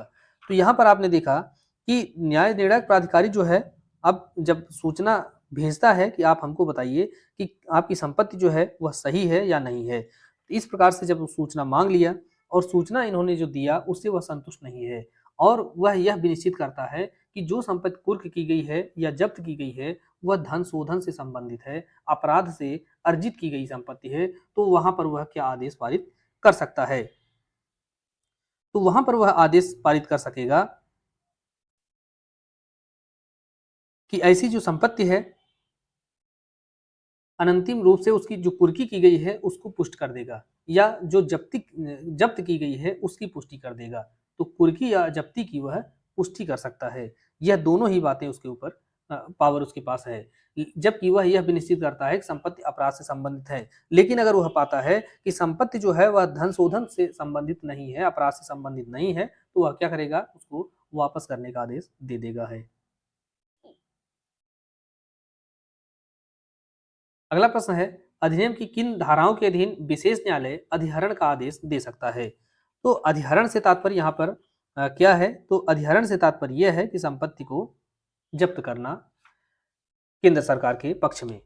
तो किन धाराओं के अधीन विशेष न्यायालय अधिहरण आदेश देता है, तो इसको आप देखें तो धारा 8 खंड 5 और खंड 7 के अधीन, दूसरा है धारा 58 ख के अधीन, तीसरा है धारा 60 खंड 2 के अधीन। अर्थात इन सभी धाराओं के अधीन जो विशेष न्यायालय है वह संपत्ति के अधिहरण का आदेश दे सकता है। अधिनियम के अधीन अपराध के आगम की कुर्की का अनंतिम आदेश धारा 8 खंड 3 के अधीन जब पुष्ट कर दिया जाता है तो ऐसी जो संपत्ति है उसको निदेशक या उसके द्वारा प्राधिकृत अधिकारी कब कब्जे में लेगा। तो सबसे पहले तो ये देखें कि ऐसी जो पुष्टि है वह किसके द्वारा की जाती है। तो ऐसी जो पुष्टि है वह निर्णायक प्राधिकरण के द्वारा की जाती है। तो निर्णायक प्राधिकरण के द्वारा जब ऐसी संपत्ति पुष्ट कर दी गई तो उसको तत्काल जो है निदेशक या उसके द्वारा प्राधिकृत अधिकारी उसको कब्जे में ले लेता है। लेकिन आगे यह बताया गया कि अगर मान लीजिए जो प्राधिकरण है वह कहता है कि ऐसी जो अपराध से संबंधित संपत्ति वह नहीं है तो उसको तत्काल वहां पर वापस कर दिया जाएगा। यहाँ पर विशेष न्यायालय से आप कंफ्यूज नहीं होंगे क्योंकि यह आदेश विशेष न्यायालय द्वारा नहीं दिया जाता बल्कि न्यायिक प्राधिकरण के द्वारा दिया जाता है। अगला प्रश्न है अधिनियम की किस धारा के अंतर्गत निदेशक या प्राधिकृत अधिकारी अपराध के आगम को कब्जे में लेता है। तो निर्णायक प्राधिकारी जो है यह धारा 8 खंड 3 के तहत उसको जो है विनिश्चित करता है कि वह संपत्ति अपराध से संबंधित है या नहीं है। तो जब इस तरीके से वह पुष्ट कर दिया जाता है तो यहाँ पर ऐसी जो संपत्ति है उसको खंड 4 के तहत उसको तुरंत वह या तत्काल उसको कब्जे में ले लेता है। तो धारा 8 का खंड 4 के तहत उसको कब्जे में लेता है। अगला प्रश्न है इस अधिनियम के अधीन अपराध के आगम कब केंद्र सरकार को अधिकृत हो जाएंगे या उसको वापस हो जाती हैं या उसके कब्जे में चली जाती हैं। जब विशेष न्यायालय विचारण के पश्चात यह निष्कर्ष देता है। तो जब विशेष न्यायालय जो है विचारण की समाप्ति पर इस निष्कर्ष पर पहुंचा है कि जो संपत्ति है वह अपराध से संबंधित है अर्थात मनी लॉन्ड्रिंग का अपराध किया गया है, तो वहां पर जो विशेष न्यायालय है यह आदेश कर सकेगा कि ऐसी संपत्ति जो कि मनी लॉन्ड्रिंग से संबंधित है उसको केंद्रीय सरकार को अधिकृत कर दी जाए। तो जब विशेष न्यायालय विचारण के पश्चात निष्कर्ष देता है कि संपत्ति धन शोधन से संबंधित है या संपत्ति का उपयोग मनी लॉन्ड्रिंग के अपराध के लिए किया गया है, तब जो है वह संपत्ति केंद्र सरकार को समापहरित हो जाए या उसको अधिकृत कर लिया जाए, यह जो है आदेश देता है। धारा 8 खंड 5 जो है यह बात करता है कि जहां अधिनियम के अधीन किसी अपराध के विचारण की समाप्ति पर विशेष न्यायालय यह निष्कर्ष देता है कि धन शोधन का अपराध किया गया है, वहां वह आदेश कर सकेगा कि ऐसी संपत्ति जो धन शोधन में अंतर्वलित है या मनी लॉन्ड्रिंग के लिए उसका उपयोग किया गया है तो वह केंद्र सरकार को अधिकृत हो जाए। लेकिन अगर न्यायालय का निष्कर्ष यह है कि धन शोधन का अपराध नहीं किया गया है तो फिर हकदार व्यक्ति को उसको वापस कर दिया जाएगा, सौंप दिया जाएगा। अगला प्रश्न है अधिनियम की किस धारा में यह उपबंध है कि विशेष न्यायालय के अधिहरण के आदेश के बाद संपत्ति आत्यांतिक रूप से सभी विलंगमों से मुक्त होकर के केंद्र सरकार में निहित हो जाएगी। तो ये देख रहे हैं आप कि जब इस प्रकार से कोई आदेश न्यायालय के द्वारा दिया गया कि विचारण हुआ, विचारण की समाप्ति पर कोर्ट जो है इस उस पे पहुंचती है निष्कर्ष पर कि मनी लॉन्ड्रिंग से कोई संपत्ति संबंधित है, तो ऐसी संपत्ति है फिर धारा 9 के तहत वह केंद्र सरकार को चली जाएगी और जब केंद्र सरकार को चली जाएगी तो वह सभी विलंगनों से मुक्त हो जाएगी अर्थात जो भी उस पर दायित्व है उस संपत्ति पर वह दायित्व सारे दायित्व जो है वह समाप्त हो जाएंगे और वह फ्री होकर के फिर सरकार के कब्जे में चली जाएगी। अगला प्रश्न है अधिहरण की गई संपत्तियों का मैनेजमेंट करने के लिए किस अधिकारी को प्रशासक के रूप में नियुक्त किया जा सकता है। तो जब इस प्रकार से संपत्ति जो है धारा 9 के तहत केंद्र सरकार में निहित हो जाती है उसके बाद केंद्र सरकार उस संपत्ति का मैनेजमेंट करने के लिए एक प्रशासक नियुक्त करता है। तो प्रशासक जो है नियुक्त किया जाएगा वह किस रैंक का अधिकारी होगा। तो धारा 10 के अंतर्गत इसके बारे में प्रावधान दिया गया है। धारा 10 में बताया गया कि ऐसी जो मैनेजमेंट है वह केंद्र सरकार जो है ऐसे अधिकारी के पास जो है सौंपेगा जो कि भारत सरकार के संयुक्त सचिव रैंक का अधिकारी हो, उससे नीचे का ना हो। तो भारत सरकार के संयुक्त सचिव की पंक्ति से अन्यून पद का जो अधिकारी है इसी को यह सौंप दिया जाएगा। तो यहाँ पर कलेक्टर को लेकर के बहुत कंफ्यूजन होता है, तो ये कलेक्टर नहीं होगा, राज्य सरकार तो होगा ही नहीं क्योंकि राज्य सरकार इस मामले में कोई इसको अधिकारिता नहीं है। उपखंड अधिकारी तो यहाँ पर जब ऊपर के नहीं है तो ये उपखंड अधिकारी भी नहीं हो सकता, बल्कि भारत सरकार का जो संयुक्त सचिव रैंक का अधिकारी है या उसके ऊपर का अधिकारी है उसे ही इस संपत्ति के मैनेजमेंट करने के लिए प्रशासक या एडमिनिस्ट्रेटिव के रूप में नियुक्त किया जाएगा। अगला प्रश्न है अधिनियम की किस धारा के अधीन न्याय निर्णायक प्राधिकारी पूछताछ और दस्तावेजों को पेश करने के लिए समन जारी कर सकता है। तो अब इस अधिनियम के अधीन कोई अपराध किया गया है और उस अपराध में इन्वेस्टिगेशन करना है या पूछताछ करनी है तो वहां पर धारा 11 के तहत जो है फिर समन जारी किया जाएगा। धारा 11 खंड 1 के तहत तो समन जारी किया जाएगा। समन जारी करके अपेक्षा की जाएगी कोई व्यक्ति है वह न्यायालय के समक्ष हाजिर हो, शपथ पर उसका जो है साक्ष्य ग्रहण करेगा, डॉक्यूमेंट वगैरह है उसको पेश करने के लिए आदेश करेगा। ये सारी पावर जो है धारा 11 के तहत उसको दी जाती हैं। तो 11 के तहत अगर आप देखें तो सीपीसी की जो पावर है, एक न्यायाधीश को जो पावर दी जाती है वही सारी पावर यहाँ पर न्यायाधिकरण प्राधिकारी को दी जाती है। यहाँ पर किस प्रयोजन के लिए समन किया जा सकता है? तो प्रकटीकरण और निरीक्षण के लिए कि किसी वस्तु को या डॉक्यूमेंट को प्रकट किया जाए जिसका हम निरीक्षण कर सकें। किसी व्यक्ति, बैंककारी कंपनी, वित्तीय संस्था, कंपनी का कोई अधिकारी, इनको हाजिर करने और उनकी परीक्षा करने के लिए उनको वहाँ पर समन किया जा सकता है। अभिलेखों का प्रस्तुत करने के लिए, बाध्य करने के लिए, शपथ पर साक्ष्य ग्रहण करने, साक्ष्यों और दस्तावेजों की जांच के कमीशन निकालने के लिए, अन्य कोई विषय, इन सब की जो है पावर वहां पर अधिकरण को दी जाती है। अगला प्रश्न है, समन किए गए सभी व्यक्ति उपस्थित होंगे। तो यह कैसे उपस्थित होंगे? यह जो है व्यक्तिगत रूप से या अभिकर्ता के माध्यम से, जैसे कि न्याय निर्णय प्राधिकारी निर्देश दे। ऐसा नहीं कि वह उनके ऊपर है, समन किए गए व्यक्ति के ऊपर नहीं है। अगर न्यायालय या न्याय निर्णय प्राधिकारी यह निर्देश देता है कि आपको व्यक्तिगत रूप से हाजिर होना है तो वह व्यक्तिगत रूप से आएंगे। अगर उनको छूट दी जाती है कि आप व्यक्तिगत रूप से हाजिर न होकर के अपने एजेंट के माध्यम से, अधिवक्ता के माध्यम से हाजिर हो, तो वो जैसा निर्देश दिया जाएगा उसी तरीके से वह हाजिर हो सकते हैं। अगला प्रश्न है, निम्न में से कौन सही सुमेलित युग्म नहीं है? तो धारा 8 के अंतर्गत न्याय निर्णय के बारे में प्रावधान है, इसको आपने देख लिया, पढ़ लिया। धारा 9 के अंतर्गत जो है यह बताया गया है कि संपत्ति केंद्र सरकार में निहित हो जाएगी अगर वह अपराध से संबंधित है, और निष्कर्ष यहाँ पर दे दिया गया है। 11 के अंतर्गत समन के बारे में बताया गया है। और धन शोधन का अपराध, तो धन शोधन के अपराध के बारे में जो है यह धारा 3 में बताया गया है और 4 में जो है इसका दंड बताया गया है। तो इस तरीके से आप पुरानी धाराओं को भी रिवीजन करते चलेंगे ताकि ये सारी चीज़ें आपको याद हो जाएं। तो 2 से 3 बार अगर इस वीडियो को आप देखते हैं तो निश्चित रूप से ये सारी बातें याद हो जाएंगी। अगला प्रश्न है, निम्न में से कौन सही सुमेलित युग्म नहीं है?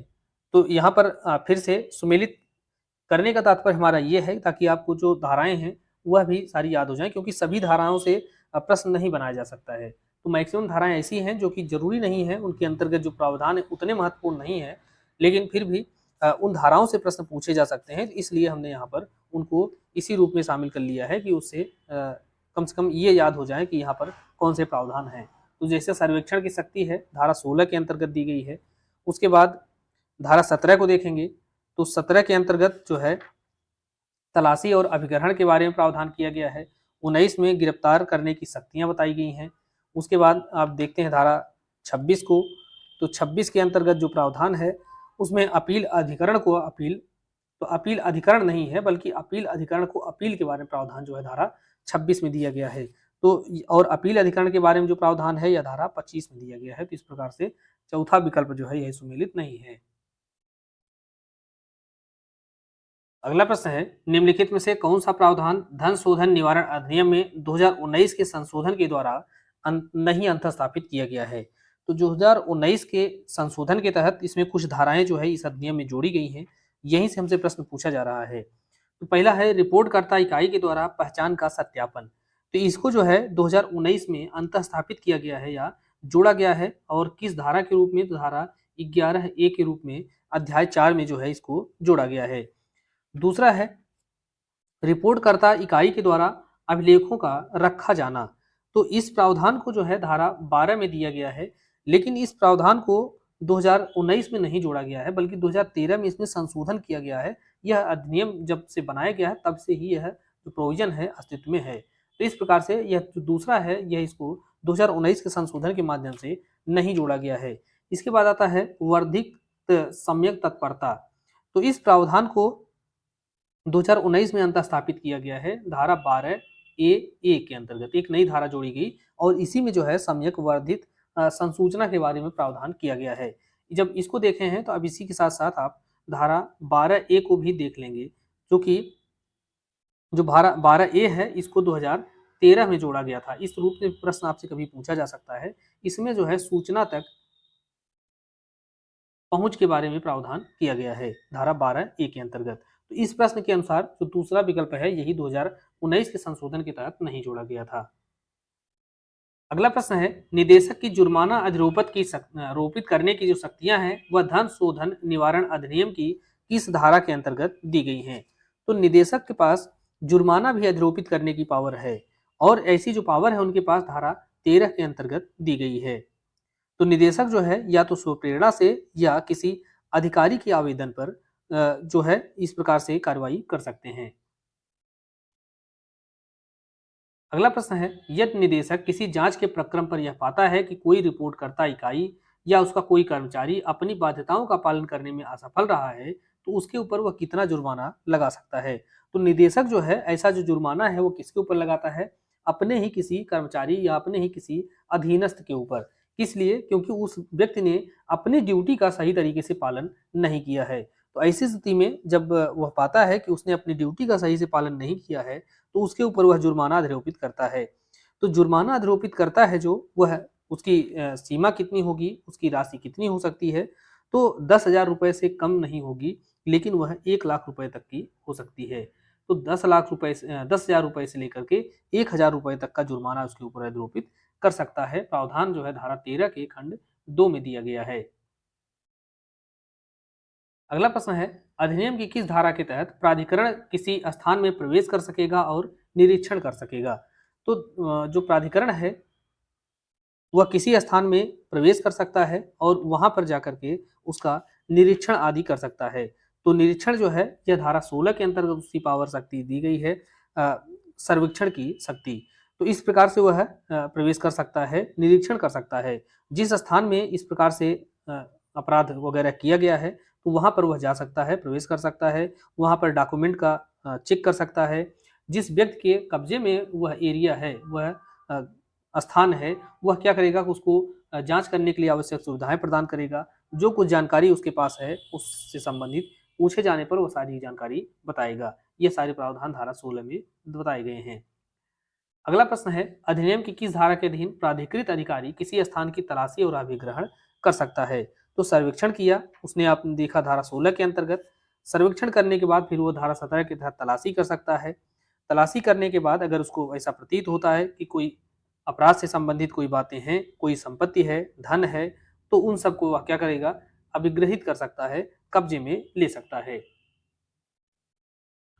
तो यहाँ पर बताया कि यदि उपनिदेशक की पंक्ति से अन्यून पंक्ति के किसी अधिकारी के पास यह विश्वास करने का कारण है कि किसी व्यक्ति ने कोई ऐसा कार्य किया है जो कि धन शोधन है, अर्थात मनी लॉन्ड्रिंग का अपराध किया है और मनी लॉन्ड्रिंग के माध्यम से उसने कोई संपत्ति को अपने कब्जे में रखा है या उससे संबंधित कोई डॉक्यूमेंट अपने कब्जे में रखा है, संपत्ति कब्जे में रखा है, तो वह अपने अधीनस्थ किसी अधिकारी को उस स्थान की तलाशी लेने और संपत्ति को जब्त करने के लिए निर्देश दे सकता है।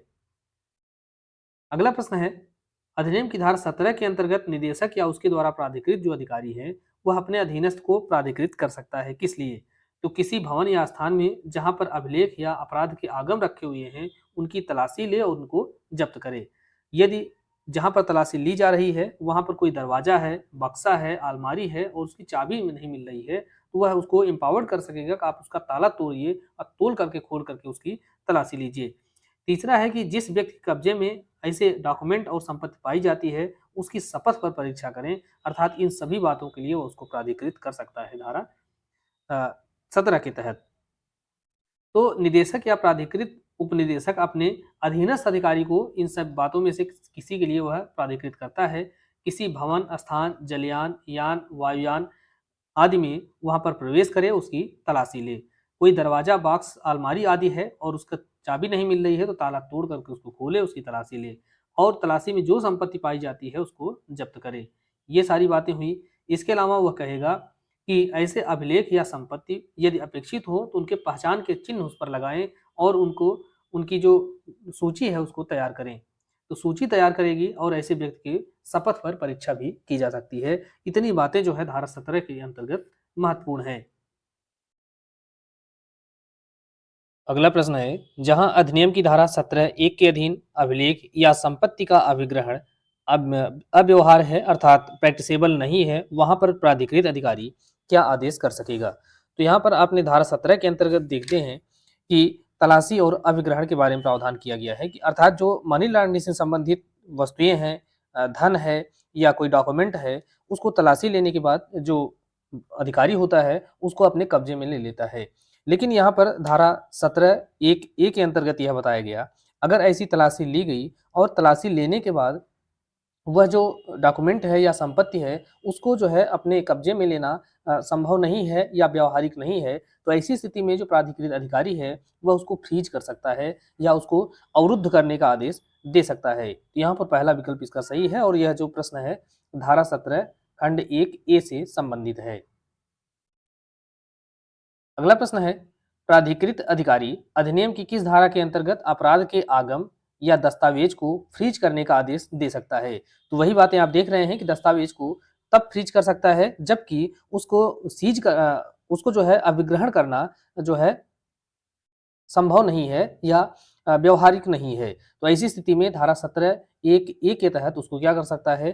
फ्रीज कर सकता है या अवरुद्ध कर सकता है।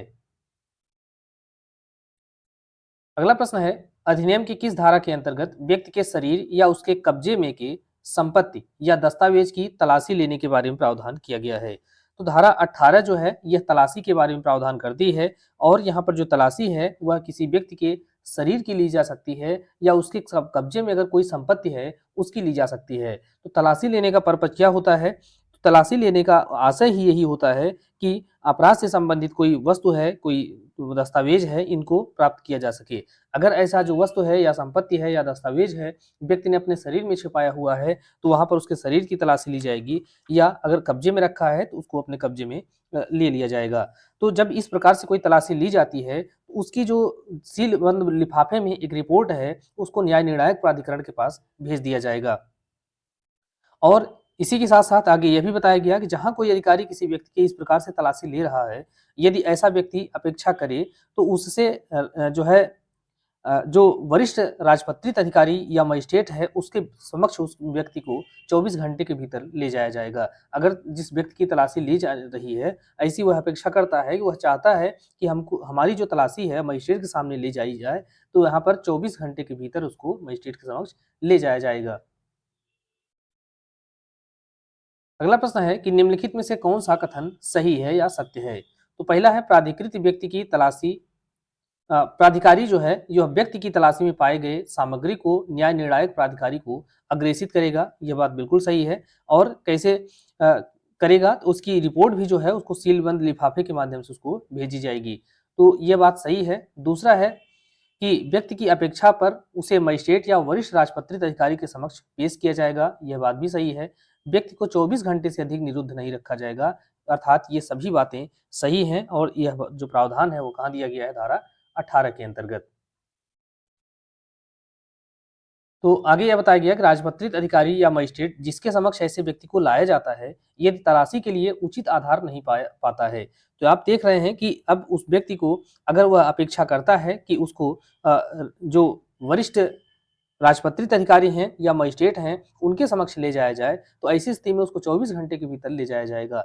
जब वहाँ पर ले जाया गया, तो ऐसा जो राजपत्रित अधिकारी है या मजिस्ट्रेट है, अगर उसको पता चलता है कि तलाशी लेने के लिए कोई सफिशिएंट ग्राउंड नहीं था, तो ऐसी स्थिति में क्या करेगा? उस व्यक्ति को उन्मोचित कर देगा और तलाशी लेने से पूर्व प्राधिकारी 2 या अधिक व्यक्तियों को साक्षी के रूप में उपस्थित रहने के लिए बुलाया। जैसा कि आपने बीएनएसएस के अंतर्गत या सीआरपीसी के अंतर्गत भी देखा कि जो तलाशी का एक सामान्य नियम है, वह यह है कि किसी भी व्यक्ति की जब तलाशी ली जाएगी, तो तलाशी लेने वाला अधिकारी अकेले में एकांत में नहीं ले सकता, बल्कि वहाँ पर साक्षियों की हाजिरी में उसकी तलाशी ली जाएगी।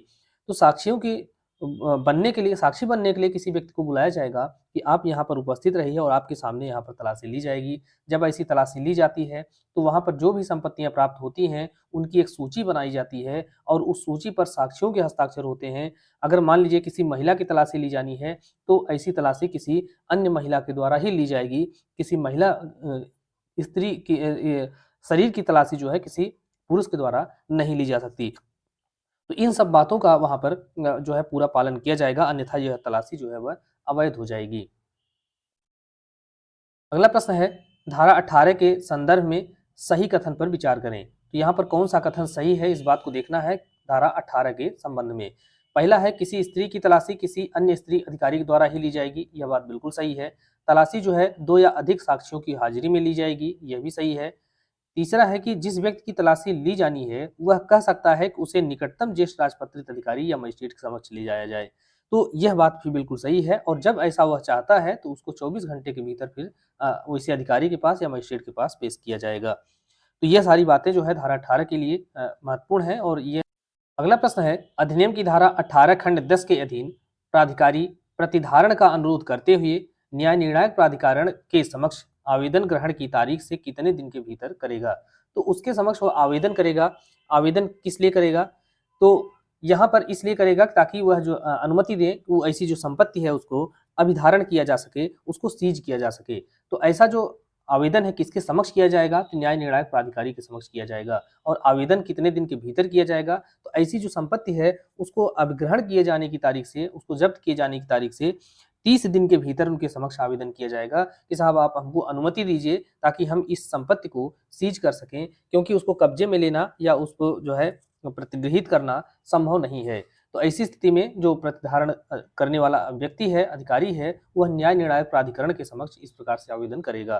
तो यह बातें थोड़ी सी टेक्निकल हो सकती हैं, लेकिन इसको 2 बार 3 बार आप पढ़ेंगे तो समझ में आ जाएंगी, क्योंकि मनी लॉन्ड्रिंग एक्ट के अंतर्गत जो शब्दावली है वो इतनी आसान नहीं है। इसको 2-3 बार आपको 4 बार पढ़ना पड़ेगा और एक बार जब समझ में आ गई चीजें तो फिर वो दिमाग से हटेगा भी नहीं।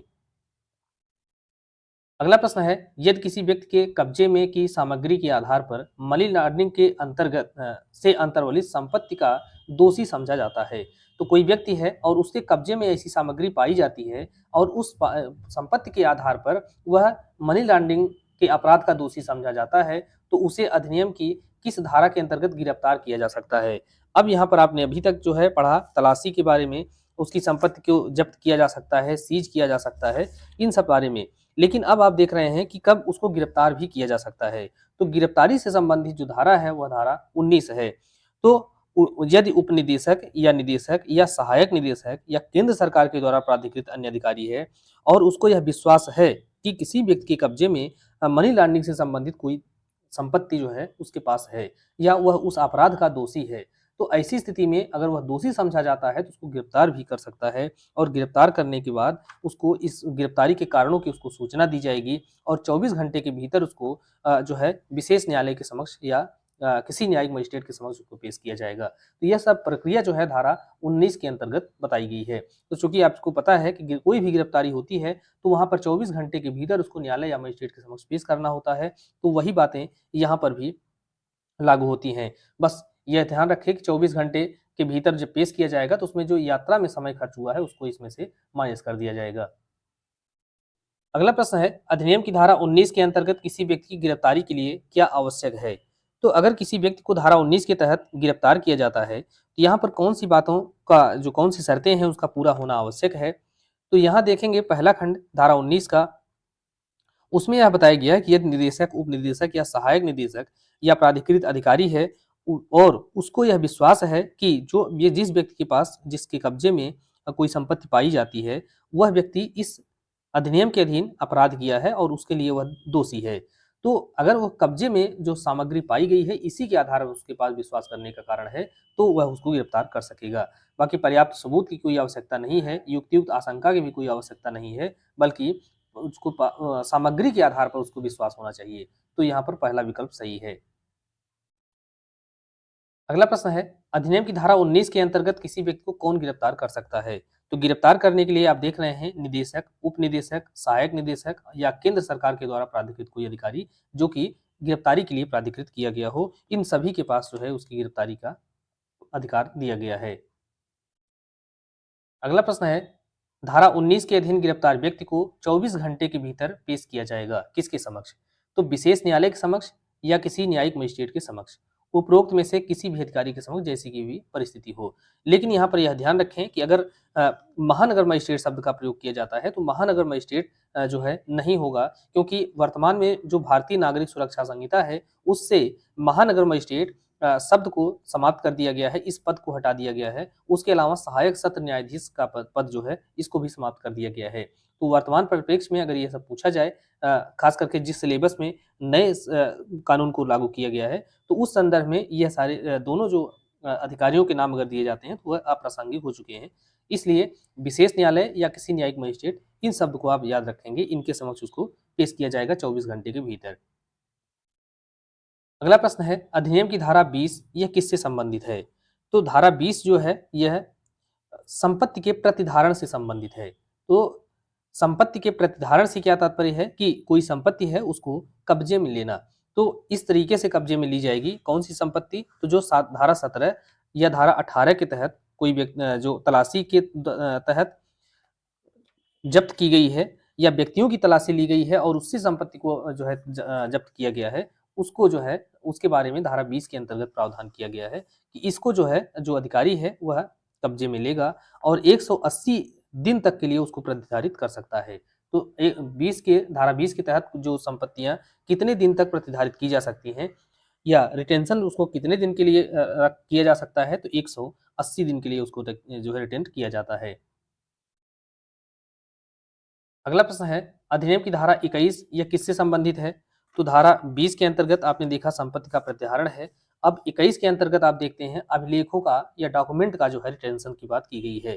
तो धारा 20 और 21 इन दोनों को एक साथ याद रखेंगे और यह जो है यह कितने दिन के लिए प्रतिधारित किया जाएगा? तो यह भी 180 दिन के लिए।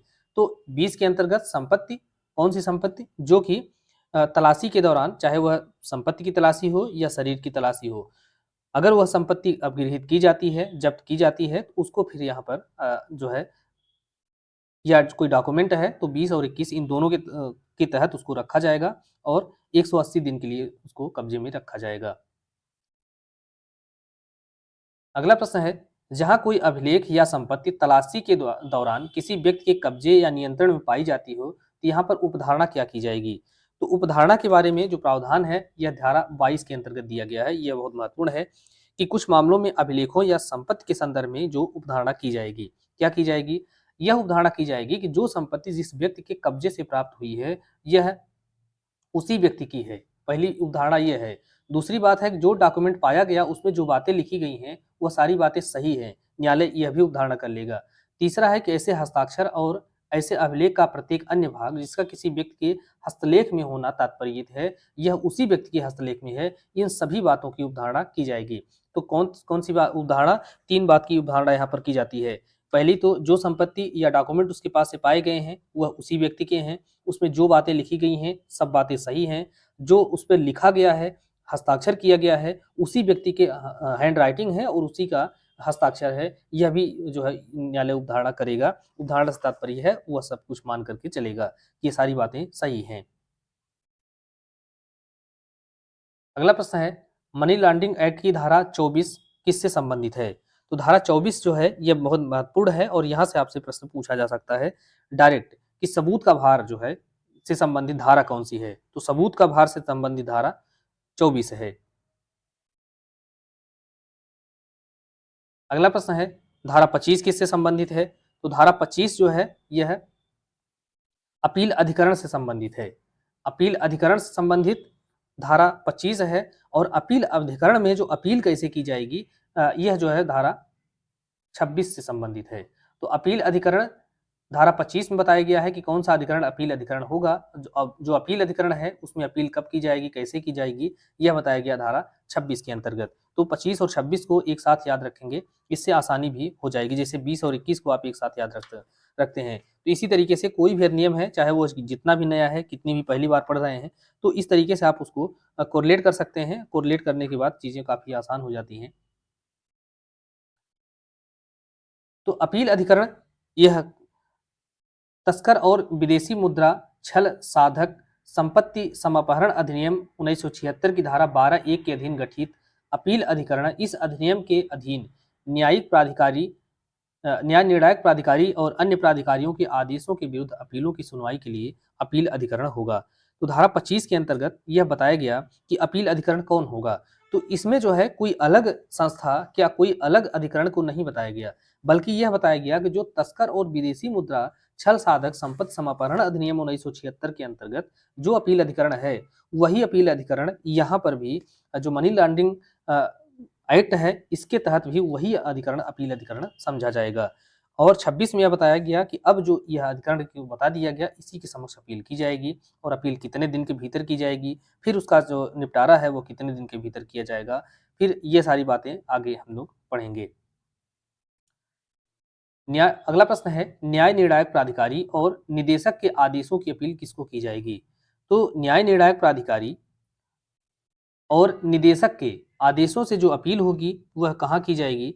तो यह जो है धारा 26 में बताया गया है और यहाँ पर यह बताया गया है कि ये ऐसी जो अपील है वह अपील प्राधिकरण को की या अपील अधिकरण को की जाएगी धारा 26 के तहत।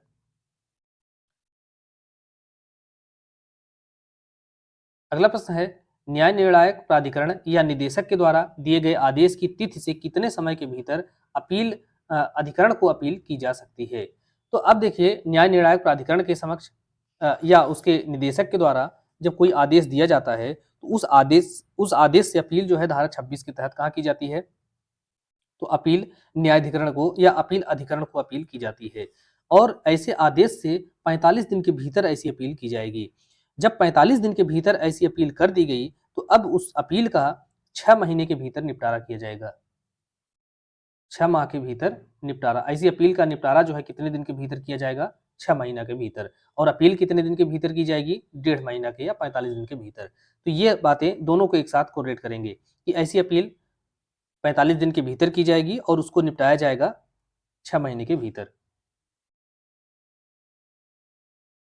अगला प्रश्न है, अपील अधिकरण को की गई अपील का निपटारा कितने समय के भीतर किया जाएगा?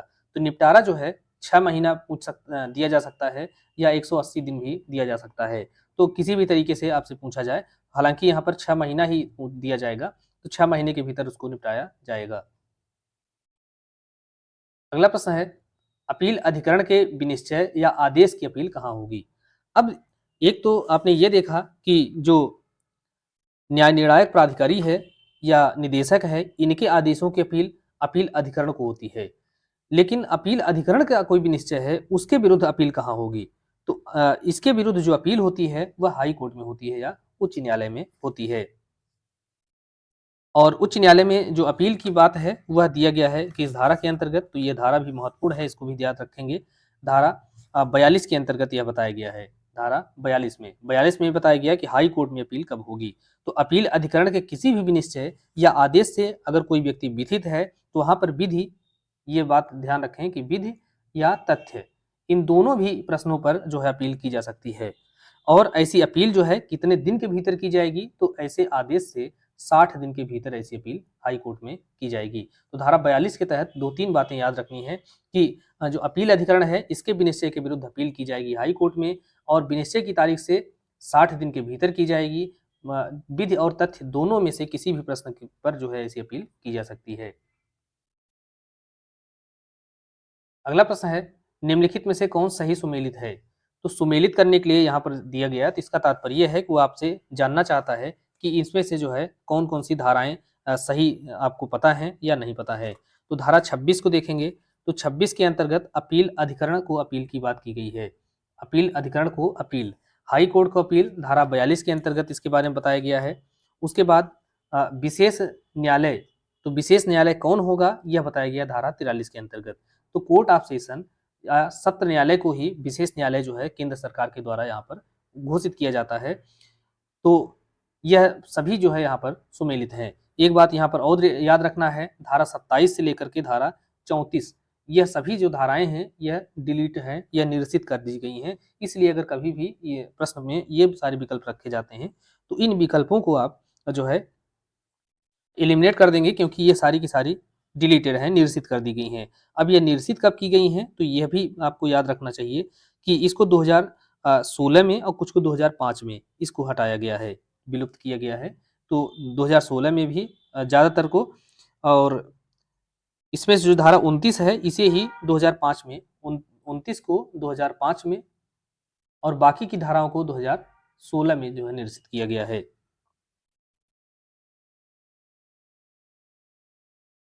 अगला प्रश्न है, निम्नलिखित में से कौन सही सुमेलित युग्म है? तो अपील अधिकरण को अपील कितने दिन के भीतर की जाएगी? तो अपील अधिकरण को अपील 45 दिन के भीतर की जाएगी, यह सुमेलित है।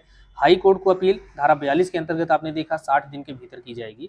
अपील अधिकरण के द्वारा अपील का निस्तारण 6 महीने के भीतर किया जाएगा, यह बात भी सुमेलित है, अर्थात यहाँ पर सभी जो बातें हैं वह सुमेलित हैं।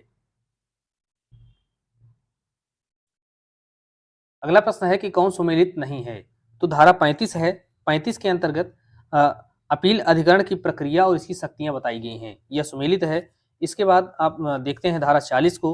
तो 40 के अंतर्गत सिविल न्यायालय की अधिकारिता का अपवर्जन।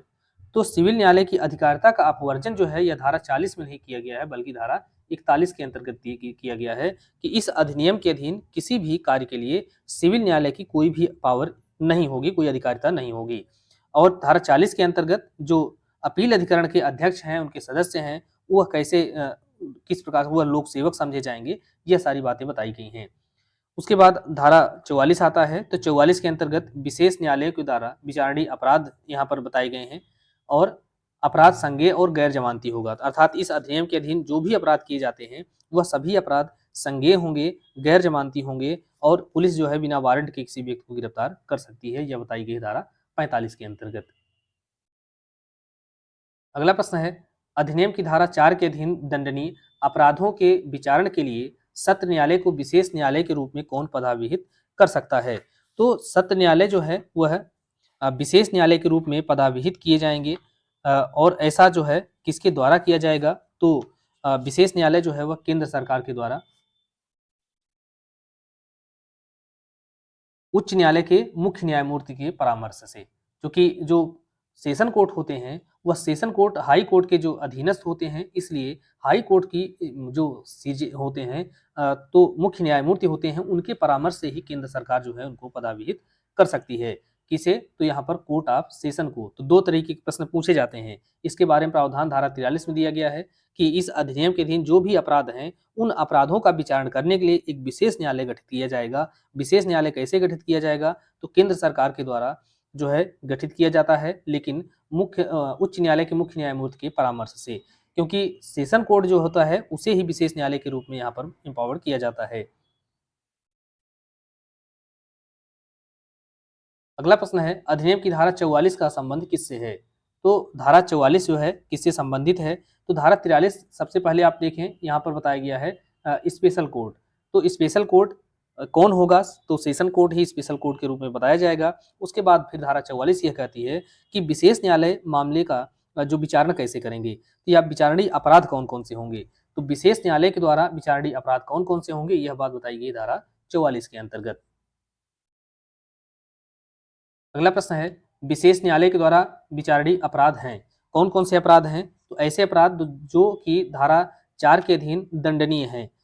तो धारा 4 के अधीन दंडनीय है और धारा 4 के अधीन अपराध से संबंधित कोई अनुसूचित अपराध है, तो यह दोनों ही अपराध जो है वह विशेष न्यायालय के द्वारा विचारण किए जाएंगे। अगला प्रश्न है, अधिनियम के अधीन विशेष न्यायालय किसी अपराध का संज्ञान ले सकता है, तो कैसे ले सकता है? तो इसके लिए आप धारा 44 को देखेंगे।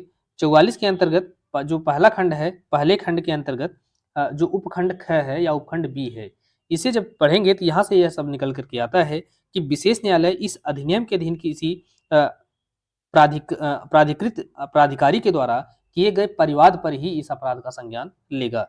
तो ये उसके द्वारा जो है परिवाद जब किया जाएगा तभी उसका संज्ञान लेगा, मामला उसको सुपुर्द किए जाने पर नहीं। तो ये जरूरी नहीं है कि मामला उसको सुपुर्द किया जाए, क्योंकि यहाँ पर यह बताया गया कि अभियुक्त को विचारण के लिए उसे सुपुर्द किए बिना भी वह मामले का संज्ञान ले लेता है। अगर उसको मामले का परिवाद कर दिया गया तो फिर उसको मामला सुपुर्द किया जाए या न किया जाए, वह उसका जो है संज्ञान ले लेगा। तो यहाँ पर पहला जो विकल्प है यही सही होगा। अगला प्रश्न है, इस अधिनियम की किस धारा के अधीन अपराध सिद्ध न होने पर विशेष प्राधिकारी क्लोजर रिपोर्ट या समापन रिपोर्ट विशेष न्यायालय के समक्ष लगाता है? तो आपको पता है कि जब कोई अपराध होता है, उस अपराध के बाद जब इन्वेस्टिगेशन शुरू होता है, इन्वेस्टिगेशन के बाद दो जो है निष्कर्ष निकलते हैं। निष्कर्ष यह निकलता है कि अभियुक्त व्यक्ति अपराधी है, उसने अपराध किया है, तो यहाँ पर आरोप पत्र या चार्जशीट जो है दाखिल की जाती है। अगर आरोप साबित नहीं होता है तो फिर यहाँ पर जो है समापन रिपोर्ट या क्लोजर रिपोर्ट लगाई जाती है। तो ऐसी स्थिति में जब उसके विरुद्ध कोई भी अपराध साबित नहीं होता है तो समापन रिपोर्ट लगाई जाती है और यह जो है इन्वेस्टिगेटिंग ऑफिसर जो होता है उसी के द्वारा लगाई जाती है धारा 44 के तहत। तो धारा 44 के अंतर्गत पहला खंड का जो परंतुक है इसी के अंतर्गत पहले खंड के खंड ख के अंतर्गत एक परंतुक दिया गया है, इसी के तहत जो है ऐसी जो समापन रिपोर्ट है वह लगाई जाती है। अगला प्रश्न है सही कथन का चुनाव कीजिए। तो पहला कथन इसमें है कि विशेष न्यायालय से भिन्न न्यायालय अनुसूचित अपराध का संज्ञान नहीं कर सकता है। तो विशेष न्यायालय जो है वही मामले का संज्ञान करता है, लेकिन उससे भिन्न न्यायालय मामले का संज्ञान नहीं कर सकता। यह बात सही नहीं है, क्योंकि उससे भिन्न जो न्यायालय है वह भी मामले का संज्ञान कर सकता है। तो यहाँ पर पहला जो कथन है वह गलत हो जाएगा। विशेष न्यायालय तो मामले का संज्ञान करता ही है, लेकिन उससे भिन्न कोई न्यायालय है वह भी अपराध का संज्ञान कर सकता है और बाद में अगर जो है उस मामले को वह विशेष न्यायालय को सुपुर्द कर देगा, लेकिन वह संज्ञान कर सकता है। संज्ञान करने पर उसको रोक नहीं लगाई गई है। दूसरा है कि विशेष न्यायालय से भिन्न न्यायालय यदि अनुसूचित अपराध का संज्ञान किया है तो प्राधिकृत प्राधिकारी के आवेदन पर वह मामले को विशेष न्यायालय को सुपुर्द कर सकता है। यही कथन बिल्कुल सही है। ऐसा नहीं है कि उसको संज्ञान करने पर रोक लगाई गई है, संज्ञान वह कर सकता है, लेकिन बाद में अगर प्राधिकारी जो है उसके लिए आवेदन करता है कि साहब आप मामले को स्पेशल कोर्ट को जो है सुपुर्द कर दीजिए, तो वह इस प्रकार से इसको सुपुर्द कर देता है। तीसरा है कि विशेष न्यायालय से भिन्न न्यायालय यदि अनुसूचित अपराध का संज्ञान किया है तो वह स्वप्रेरणा से मामला विशेष न्यायालय को सुपुर्द कर सकेगा। तो स्वप्रेरणा से जो है मामले को सुपुर्द नहीं करता है, बल्कि इसके लिए उसको आवेदन करना पड़ता है। चौथा है विशेष न्यायालय मामले के प्राप्त होने पर नए सिरे से कार्रवाई को आगे बढ़ाएगा। तो यहाँ पर जो अन्य कोई न्यायालय है उसने मामले का संज्ञान ले लिया है, संज्ञान लेने के बाद उसने विचारणा शुरू कर दिया और विचारण के बाद वह जो है अपनी कार्रवाई को आगे बढ़ाता है।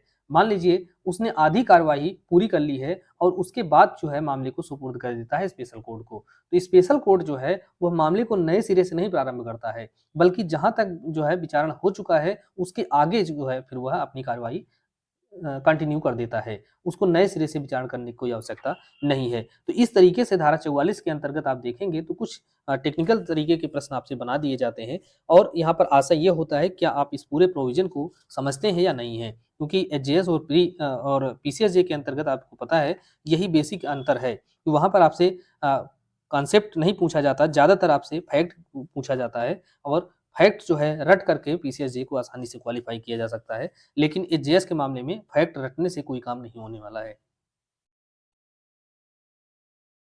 अगला प्रश्न है निम्नलिखित में से कौन सी धारा प्रावधान करती है कि इस अधिनियम के अधीन अपराध संज्ञेय और गैर जमानती होंगे।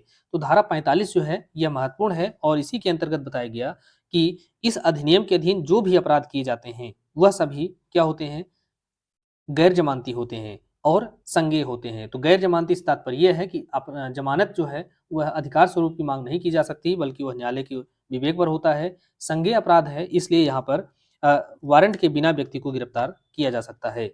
तो यह दो बातें इस धारा 45 के अंतर्गत बताई गई हैं। अगला प्रश्न है इस अधिनियम के अधीन अभियुक्त को कब जमानत पर छोड़ा जा सकता है।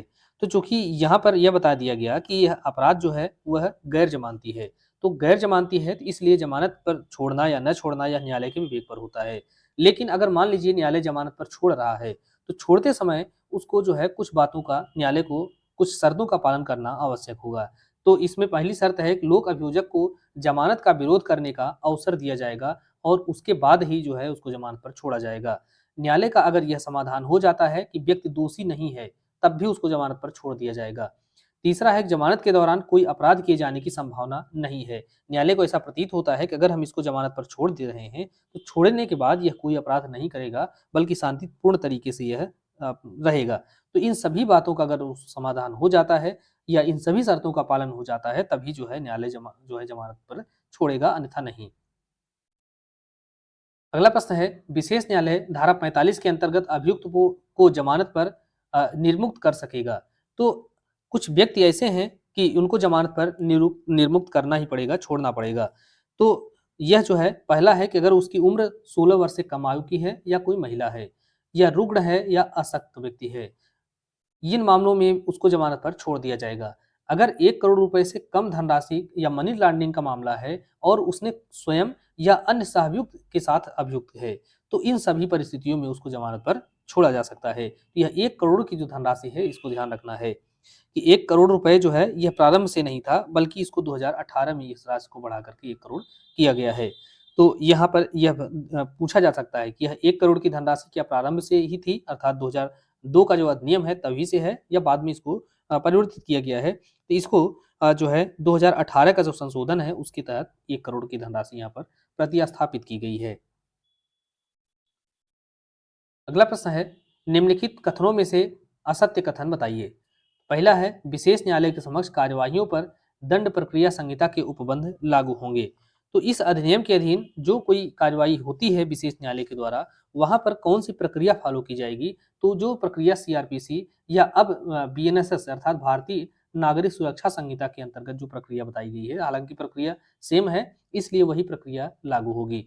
दूसरा है, उच्च न्यायालय अपीली और पुनरीक्षण की शक्तियों का प्रयोग कर सकता है। तो हाई कोर्ट जो है वह अपनी अपील या पुनरीक्षण की शक्तियों का प्रयोग करता है, यह बात भी सही है। और यह जो है किस धारा के तहत करता है, तो यह धारा 47 के तहत करता है। तो 47 के तहत हाई कोर्ट की अपील और पुनरीक्षण की शक्तियां बताई गई हैं।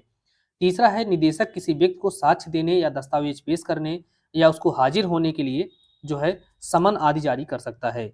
तो यह बात भी सही है, यह धारा 50 के अंतर्गत उसको यह पावर दी गई है कि वह किसी व्यक्ति को समन जारी कर सकता है, डॉक्यूमेंट वगैरह का चेक कर सकता है, साक्ष्य ले सकता है, कमीशन जारी कर सकता है, ये सारी बातें जो है सही हैं। तो असत्य कथन यहाँ से कोई नहीं है, अर्थात ये तीनों ही कथन क्या हैं, सही हैं।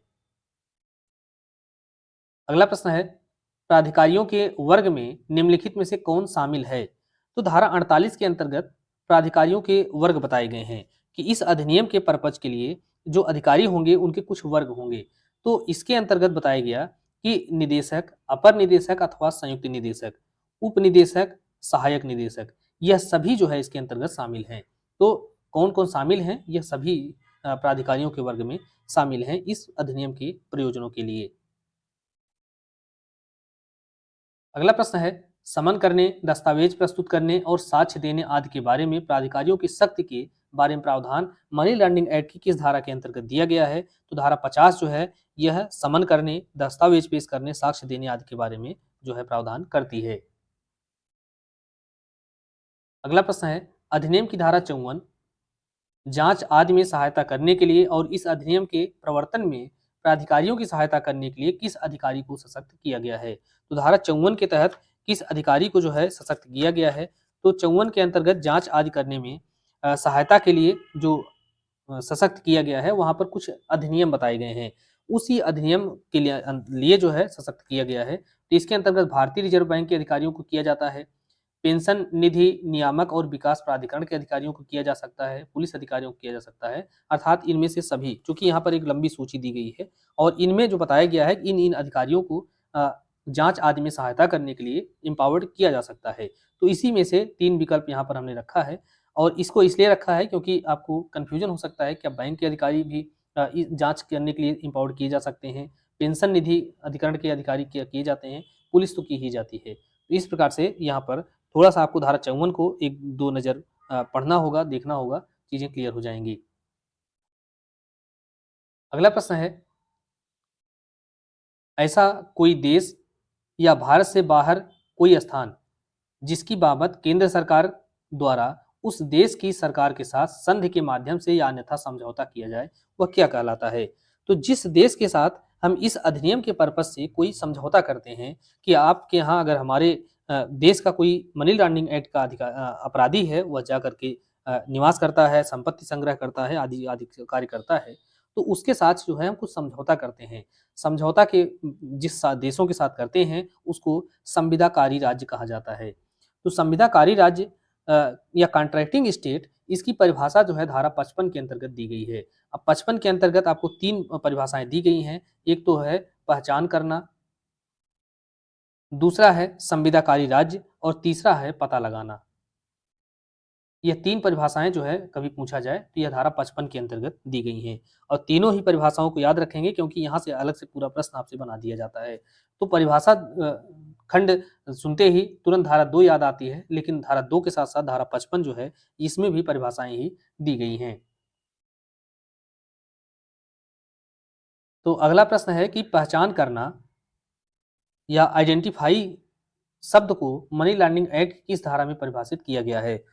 तो धारा 55 आपको पता है कि यह परिभाषा से संबंधित है। तो इसके अंतर्गत जो पहली या परिभाषा जो है क खंड के अंतर्गत दी गई है वह है संविदाकारी राज्य या कॉन्ट्रैक्टिंग स्टेट की बात की गई है। ख के अंतर्गत पहचान करना और ग के अंतर्गत पता लगाना। तो पहचान करना पूछा जा रहा है तो 55 खंड ख के अंतर्गत पहचान करना को जो है परिभाषित किया गया है।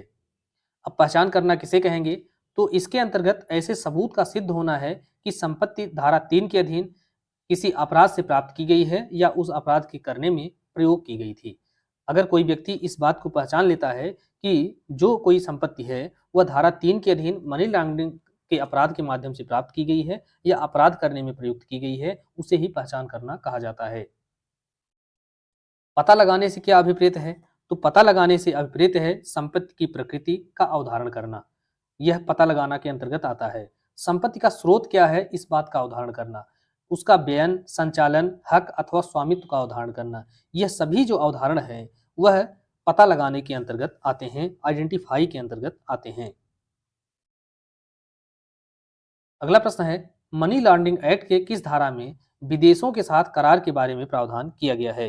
तो विदेशों के साथ करार के बारे में प्रावधान जो है धारा 56 के अंतर्गत किया गया है। और विदेश से तात्पर्य क्या है, इसको जो है बता दिया गया है कि भारत से बाहर कोई देश है और वहां पर जो हम करार करते हैं इस अधिनियम के बारे में, तो वह विदेशी राज्य के साथ करार समझा जाता है। तो केंद्र सरकार जो है वह कैसे कर सकती है विदेशी के साथ करार, तो भारत से बाहर किसी देश की सरकार के साथ इस अधिनियम के उपबंधों को प्रवर्तित करने के लिए, मान लीजिए कभी आवश्यकता पड़ी तो हम इस अधिनियम के तहत किसी अपराधी को विदेश में जाकर के उसको पकड़ सकें, इन्वेस्टिगेट कर सकें, उसकी संपत्ति का पता लगा सकें, तलाशी आदि ले सकें। तो इसके पर्पज से अगर हम किसी दूसरे राज्य से समझौता करते हैं तो हम विदेशी राज्य वह कहलाता है और उसी के साथ जो है इस प्रकार का करार किया जाता है। इस अधिनियम के अधीन या उस देश में प्रवृत्त स्थानीय विधि के अधीन किसी अपराध के निवारण के लिए अथवा इस अधिनियम के अधीन किसी अपराध से संबंधित मामलों के इन्वेस्टिगेशन के लिए कोई जानकारी का आदान प्रदान करने के लिए जो करार किया जाता है तो वह जो है धारा 56 के तहत करार कहलाता है। अगला प्रश्न है पीएमएलए की किस धारा के अंतर्गत या तहत धन शोधन से संबंधित अपराध का पता लगाने, अन्वेषण करने के लिए संविदा कारी राज्य को अनुरोध पत्र भेजा जा सकता है। तो 56 में आपने देखा कि विदेशियों के साथ हम करार करते हैं तो उसे ही हम करार को जब हो जाता है तो उस देश को हम संविदाकारी राज्य कहते हैं।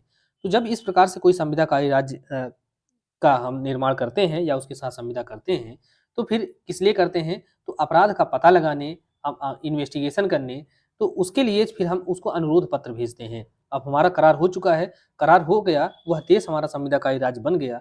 अब हमको किसी अपराध का इन्वेस्टिगेशन करना है तो हम उसको जो है एक अनुरोध पत्र भेजेंगे कि आपके यहाँ हमें इस अपराध के संबंध में कोई इन्वेस्टिगेशन करना है। ऐसा अनुरोध पत्र जो है धारा 57 के तहत किया जाता है।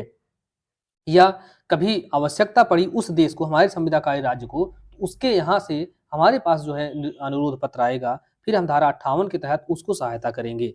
तो इस तरीके से जो 57 और 58 है, यह दोनों जो है एक दूसरे के अनुपूरक ही है। तो 57 के तहत हम उस देश को जो है रिक्वेस्ट करते हैं और 58 के तहत वह देश हमसे रिक्वेस्ट करता है। तो अब यहाँ पर जो धाराएं हैं इनको भी एक स्थान पर देख लेंगे। तो धारा 58 के अंतर्गत विदेशी कुछ दशाओं में संविदाकारी राज्य को हम सहायता देते हैं। 58 ए के अंतर्गत बताया गया कि विशेष न्यायालय के द्वारा संपत्ति निर्मुक्त किया जाना। 58 बी के अंतर्गत संपत्ति के अधिहरण या निर्मुक्ति के लिए किसी संविदाकारी राज्य या अधिकरण का अनुरोध पत्र प्राप्त करना। धारा 59 के अंतर्गत आदेशिकाओं की तामील के लिए और अभियुक्त व्यक्तियों के स्थानांतरण में सहायता के लिए व्यतिकारी समझौता करना दूसरे देश के साथ। उसके बाद धारा 60 आता है। 60 के अंतर्गत बताया गया कि संविदाकारी राज्य या भारत में संपत्ति की कुर्की, अभिग्रहण या अधिहरण। तो एक देखेंगे कुर्की के बारे में धारा 5 के अंतर्गत भी प्रावधान दिया गया है और धारा 60 के अंतर्गत भी। तो धारा 60 में संविदाकारी राज्य में या संविदाकारी राज्य से भारत में कोई संपत्ति कुर्क की जाती है, उसका अधिग्रहण कर दिया जाता है, जब्ती आदि के बारे में प्रावधान दिया गया है। 61 के अंतर्गत है अनुरोध पत्र की बाबत प्रक्रिया क्या होगी, इसको बताया गया है। तो ये धाराएं इसलिए यहाँ पर रखी गई हैं ताकि ये याद रहें, क्योंकि कभी सुमेलित करने के लिए यह प्रश्न आपसे पूछा जा सकता है। अगला प्रश्न है, इस अधिनियम या इसके अधीन बनाए गए किसी नियमों के अधीन शक्तियों का प्रयोग करने वाला कोई प्राधिकारी या अधिकारी किसी व्यक्ति को तंग करने के लिए उसके भवन में या स्थान की तलाशी लेता है, तो फिर अब उसको एक अपराध समझा जाएगा। अगर कोई व्यक्ति है या कोई अधिकारी है, किसी व्यक्ति को तंग करने के आशय से उसकी तलाशी लेता है, उसके भवन की तलाशी लेता है या उस व्यक्ति को गिरफ्तार करके निरुद्ध करवाता है, तो वह किस दंड से दंडित किया जाएगा, यह बताया गया धारा 62 के अंतर्गत। 62 में यह बताया गया कि अगर इस प्रकार से कोई कार्य किसी अधिकारी के द्वारा किया जाता है, तो ऐसी स्थिति में उसको 2 वर्ष तक का कारावास या 50,000 रुपए तक का जुर्माना या दोनों से उसको दंडित किया जा सकता है। तो 2 वर्ष या 50,000 रुपए तक का जुर्माना या दोनों से दंडित किया जाएगा अगर वह तंग करने के आशय से किसी व्यक्ति को गिरफ्तार कराता है, तलाशी लेता है, संपत्ति निरुद्ध कर सकता है या उसको तंग करता है।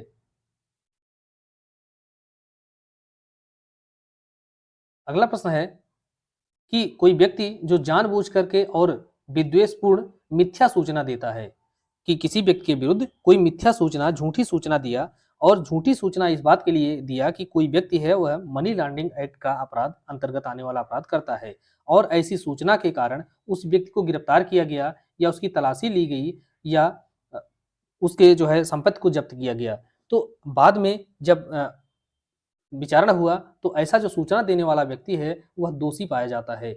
जब जो दोषी पाया जाता है तो उसको किस दंड से दंडित किया जाएगा, तो यहाँ पर उसके ऊपर धारा 63 के प्रावधान लागू होंगे और 63 के तहत वही सजा उसको दी जाएगी जो धारा 62 के तहत तंग करने वाली तलाशी, कुर्की या इस तरीके के गिरफ्तारी के मामले में अधिकारियों को दी जाती है, अर्थात 2 वर्ष तक का कारावास या 50,000 रुपए तक का जुर्माना या इनमें से कोई भी या दोनों, इस तरीके से उसको दंडित किया जा सकता है धारा 63 के अंतर्गत। तो 62 और 63 इन दोनों में ही जो सजा है वह समान है। अगला प्रश्न है, धन शोधन निवारण अधिनियम की किस धारा के तहत न्यायालय अपराधों का संज्ञान लेता है? तो अपराधों का संज्ञान वह कैसे लेता है, तो यह बताया गया धारा 64 के अंतर्गत। 64 में यह बताया गया कि कोई न्यायालय धारा 62 या धारा 63 के अधीन किसी अपराध का संज्ञान केंद्र सरकार की पूर्व मंजूरी से ही करेगा, अन्यथा नहीं। तो धारा 62 के अंतर्गत तंग करने वाली तलाशी के लिए अगर दंड दिया जाना है या उसका विचारण किया जाना है, या धारा 63 के अधीन मिथ्या सूचना देने पर कोई व्यक्ति है उसके खिलाफ अपराध का संज्ञान लेना है। तो 62 और 63 इन दोनों ही अपराधों के खिलाफ अगर संज्ञान लेने की बात आती है तो यहाँ पर जो है केंद्रीय सरकार की पूर्व मंजूरी आवश्यक होती है धारा 64 के तहत। जब केंद्रीय सरकार से इसके लिए पूर्व मंजूरी मांगी जाती है तो वहां पर 90 दिन के भीतर जो है केंद्र सरकार अपनी मंजूरी या ना मंजूरी को देगा। तो 90 दिन के भीतर ऐसी मंजूरी देनी होगी। तो वही बातें हैं कि न्यायालय किसी अपराध का संज्ञान केंद्र सरकार की पूर्व मंजूरी से ही देगा। अगला प्रश्न है, जब न्यायालय केंद्रीय सरकार से इस अधिनियम के अधीन अपराधों का संज्ञान लेने के लिए मंजूरी मांगता है तो सरकार कितने समय के भीतर मंजूरी देगी या इनकार करेगी? तो यहाँ पर जो है धारा 64 का दूसरा खंड बताता है कि उसको जो है 90 दिन के भीतर इस प्रकार से मंजूरी देना होगा या इनकार करना होगा। अगला प्रश्न है, निम्नलिखित में से कौन सही सुमेलित नहीं है? तो पहला विकल्प है धारा 65। तो 65 के अंतर्गत इस अधिनियम के अधीन गिरफ्तारी, तलाशी, कुर्की, अन्वेषण, अभियोजन की कार्यवाहियों को जो प्रावधान होंगे वह सीआरपीसी अर्थात बीएनएसएस के उपबंध लागू होंगे, यह बात सही है। धारा 66 के अंतर्गत बताया गया सूचना का प्रकटीकरण। तो सूचना का प्रकटीकरण से तात्पर्य क्या है? यह सुमेलित है। तो प्रकटीकरण से तात्पर्य क्या है, किसको प्रकट करना है? तो जो इस अधिनियम के अधीन अधिकारी कार्य कर रहा है उसको सूचनाएं प्रकट की जाएंगी निदेशक के द्वारा या उच्च अधिकारियों के द्वारा वो सारी सूचनाएं उसको दी जाएंगी जो इस अधिनियम के अधीन अपराध का इन्वेस्टिगेशन कर रहा है या उसकी जांच वगैरह कर रहा है, ताकि उस अधिकारी को अपराध के बारे में सारी बातें पता रहें। तो यह भी सुमेलित है। उसके बाद धारा 67 आती है। तो 67 में प्रावधान किया गया है कि इस अधिनियम के अधीन कोई कार्यवाही है वह सिविल न्यायालय में नहीं चलाई जा सकती। तो इस अधिनियम के अधीन की गई किसी कार्यवाही या आदेश को अपास्त या उपास्तित करने के लिए किसी सिविल न्यायालय में अधिकारिता नहीं होगी। तो यहाँ पर जो चौथा है यह भी सुमेलित है। और चौथा है धारा 70। कि सूचना आदि का मात्र त्रुटि या कमी के आधार पर अविनियमन न होना। तो कोई सूचना है वह केवल त्रुटि, कमी, लोप आदि के कारण अवैध नहीं हो जाएगी। इसके बारे में जो प्रावधान है यह धारा 68 के अंतर्गत दिया गया है। 70 में जो है कंपनी के द्वारा अपराध के बारे में प्रावधान किया गया है। अगर कंपनी के द्वारा अपराध किया जाता है तो फिर वहां पर कौन सी कार्रवाई अपनाई जाएगी। तो धारा 70 में जो है कंपनी के द्वारा अपराध, इसके बारे में बताया गया है और इसी में यह बताया गया कंपनी हम किसे समझेंगे। तो एक स्पष्टीकरण दिया गया, उसी स्पष्टीकरण के अंतर्गत बताया गया पहले स्पष्टीकरण में कि कंपनी से कोई निगमित निकाय अभिप्रेत है और इसके अंतर्गत फर्म या व्यक्तियों का संगम भी आता है। तो व्यष्टि से तात्पर्य होता है इंडिविजुअल। तो और इसके बाद फर्म के संबंध में निदेशक से उस फर्म का भागीदार अभिप्रेत है। अब ये सब बातें जो है यह देखने में बहुत महत्वपूर्ण नहीं लगती हैं, लेकिन यही प्रश्न में पूछे जाते हैं। तो ऐसा प्रतीत होता है कि फर्म का निदेशक जो है भागीदार भागीदार जो है निदेशक कैसे समझा जाएगा, लेकिन यहाँ पर स्पष्ट किया गया है। अगला प्रश्न है, जब किसी व्यक्ति पर इस अधिनियम के अधीन कोई जुर्माना लगाया जाता है तो जुर्माना 6 महीने के भीतर संदाय करना होगा, अन्यथा ऐसी रकम की वसूली किस अधिनियम के अनुसार की जाएगी। तो यहाँ पर यह बताया गया कि जब किसी व्यक्ति के ऊपर इस अधिनियम के अधीन कोई जुर्माना लगाया दिया गया तो ऐसा जो जुर्माना है वह 6 महीने के भीतर वसूला जाएगा। इस पर एक अलग प्रश्न बन सकता है कि उसको 6 महीने के भीतर वसूला जाएगा। अगर 6 महीने के भीतर उसकी वसूली नहीं होती है तो फिर जैसे कि इनकम टैक्स या आयकर अधिनियम के तहत संपत्ति जो है वसूली जाती है, उसी तरीके से उसकी वसूली होगी, उस जुर्माने की वसूली होगी। धारा 69 में यह जो है प्रावधान किया गया है।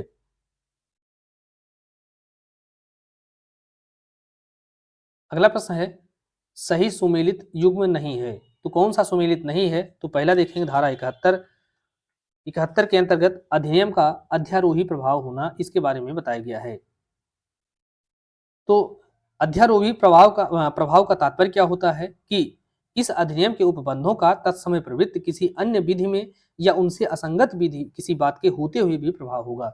मान लीजिए इस अधिनियम के उपबंध और किसी अन्य अधिनियम के उपबंधों में आपस में टकराहट होती है, तो जब टकराहट होती है तो इस अधिनियम के उपबंध जो है यहाँ पर लागू होंगे, अगले जो विधि है उसके ऊपर इसका प्रभाव होगा। इसे ही अध्यारोही प्रभाव कहा जाता है। पहला सही है। दूसरा है जुर्माने या सख्ती की वसूली। तो जुर्माना या सख्त की वसूली जो है कैसे की जाएगी, तो यहाँ पर धारा 69 में बताया गया 6 महीने के भीतर। 6 महीने के भीतर अगर नहीं वसूला जाता तो फिर उसकी वसूली इनकम टैक्स एक्ट के तहत की जाएगी। उसके बाद आता है धारा 72। तो 72 में बताया गया कि मृत्यु या दिवालियेपन की दशा में कार्यवाहियां जो है वह जारी रहेंगी, यह भी सुमेलित है। उसके बाद नियम बनाने की केंद्र सरकार की शक्ति। तो नियम बनाने की केंद्र सरकार की शक्ति जो है यह बताई गई है धारा 73 के अंतर्गत। तो यहाँ पर चौथा जो विकल्प है यही सुमेलित नहीं है। और धारा 74 भी देख लेंगे यहीं। तो 74 में जो है जब नियम धारा 73 के तहत बनाया जाता है तो उसको जो है संसद के समक्ष रखा जाएगा, यह बात बताई गई है 74 में। अगला प्रश्न है, धन शोधन निवारण अधिनियम की किस धारा के तहत केंद्र सरकार अंतः मंत्रालयी समन्वय समिति का गठन करेगी। तो अंतः मंत्रालयी समन्वय समिति का गठन जो है यह धारा 72A के तहत किया जाएगा। और इस अधिनियम को इस धारा को जो है 2019 के संशोधन के द्वारा जोड़ा गया है, अर्थात यह पहले से ही नहीं था बल्कि धारा 72A को 2019 में जोड़ा गया है। तो इसके तहत यह बताया गया कि केंद्र सरकार अधिसूचना के द्वारा अंतः विभागीय और अंतः अभिकरण समन्वय के लिए एक अंतः मंत्रालयी समन्वय समिति गठित करेगी और इस समिति के अंतर्गत अलग अलग जो विभाग हैं उनका गठन किया जाएगा। अगला प्रश्न है, निम्नलिखित में से किस प्रयोजनों के लिए अंतः मंत्रालयी समन्वय समिति का गठन किया जा सकता है। तो किस लिए किया जा सकता है, ताकि सरकार, विधि प्रवर्तन अभिकरण, भारतीय वित्तीय सतर्कता यूनिट और विनियामक या पर्यवेक्षणों के बीच में आपस में सहयोग हो सके। इसके अलावा संबंधित प्राधिकारियों के बीच में परामर्श हो सके, वित्तीय और धन शोधन निवारण या आतंकवाद के वित्त पोषण को रोकने के लिए जो विभाग हैं एक दूसरे से परामर्श कर सकें, अन्य विषय जिसे केंद्र सरकार इसके लिए निर्दिष्ट करे, इन सब बातों के लिए उनके बीच में आपस में समन्वय और सहयोग हो सके, इसी के लिए अंतः मंत्रालयी समन्वय समिति का गठन किया जाता है। अगला प्रश्न है, निम्नलिखित में से कौन सही सुमेलित है। तो सही सुमेलित आप फिर से देखें, सुमेलित करने से तात्पर्य यही है कि जो सारे प्रश्न हैं वह सारी धाराएं हैं उस पर आपकी एक नजर पड़ जाए, इसीलिए इस प्रश्नों को यहाँ पर रखा जाता है। धारा 73 के अंतर्गत नियम बनाने की शक्ति है। जब ऐसी नियम बना दिया जाता है 74 के तहत उसको संसद के समक्ष रखा जाता है।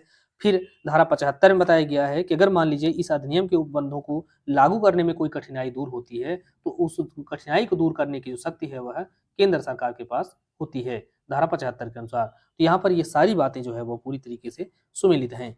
तो इस प्रकार से दोस्तों ये हमने कुल 100 प्रश्नों का यह जो प्रश्न संकलन है उसको तैयार किया है। धन शोधन निवारण अधिनियम को पूरी तरीके से इस वीडियो के अंतर्गत समाप्त किया गया है और इसमें जितनी भी महत्वपूर्ण बातें हैं उन सबको हमने डिस्कस किया है और कुछ भी यहाँ पर छूटा नहीं है, ऐसी हमारी कोशिश है। चैनल पर आप नए हैं तो इसको सब्सक्राइब कर लीजिए ताकि और भी वीडियो इस तरीके के जो है आपको समय समय पर मिलते रहें। मिलते हैं नेक्स्ट वीडियो में। धन्यवाद।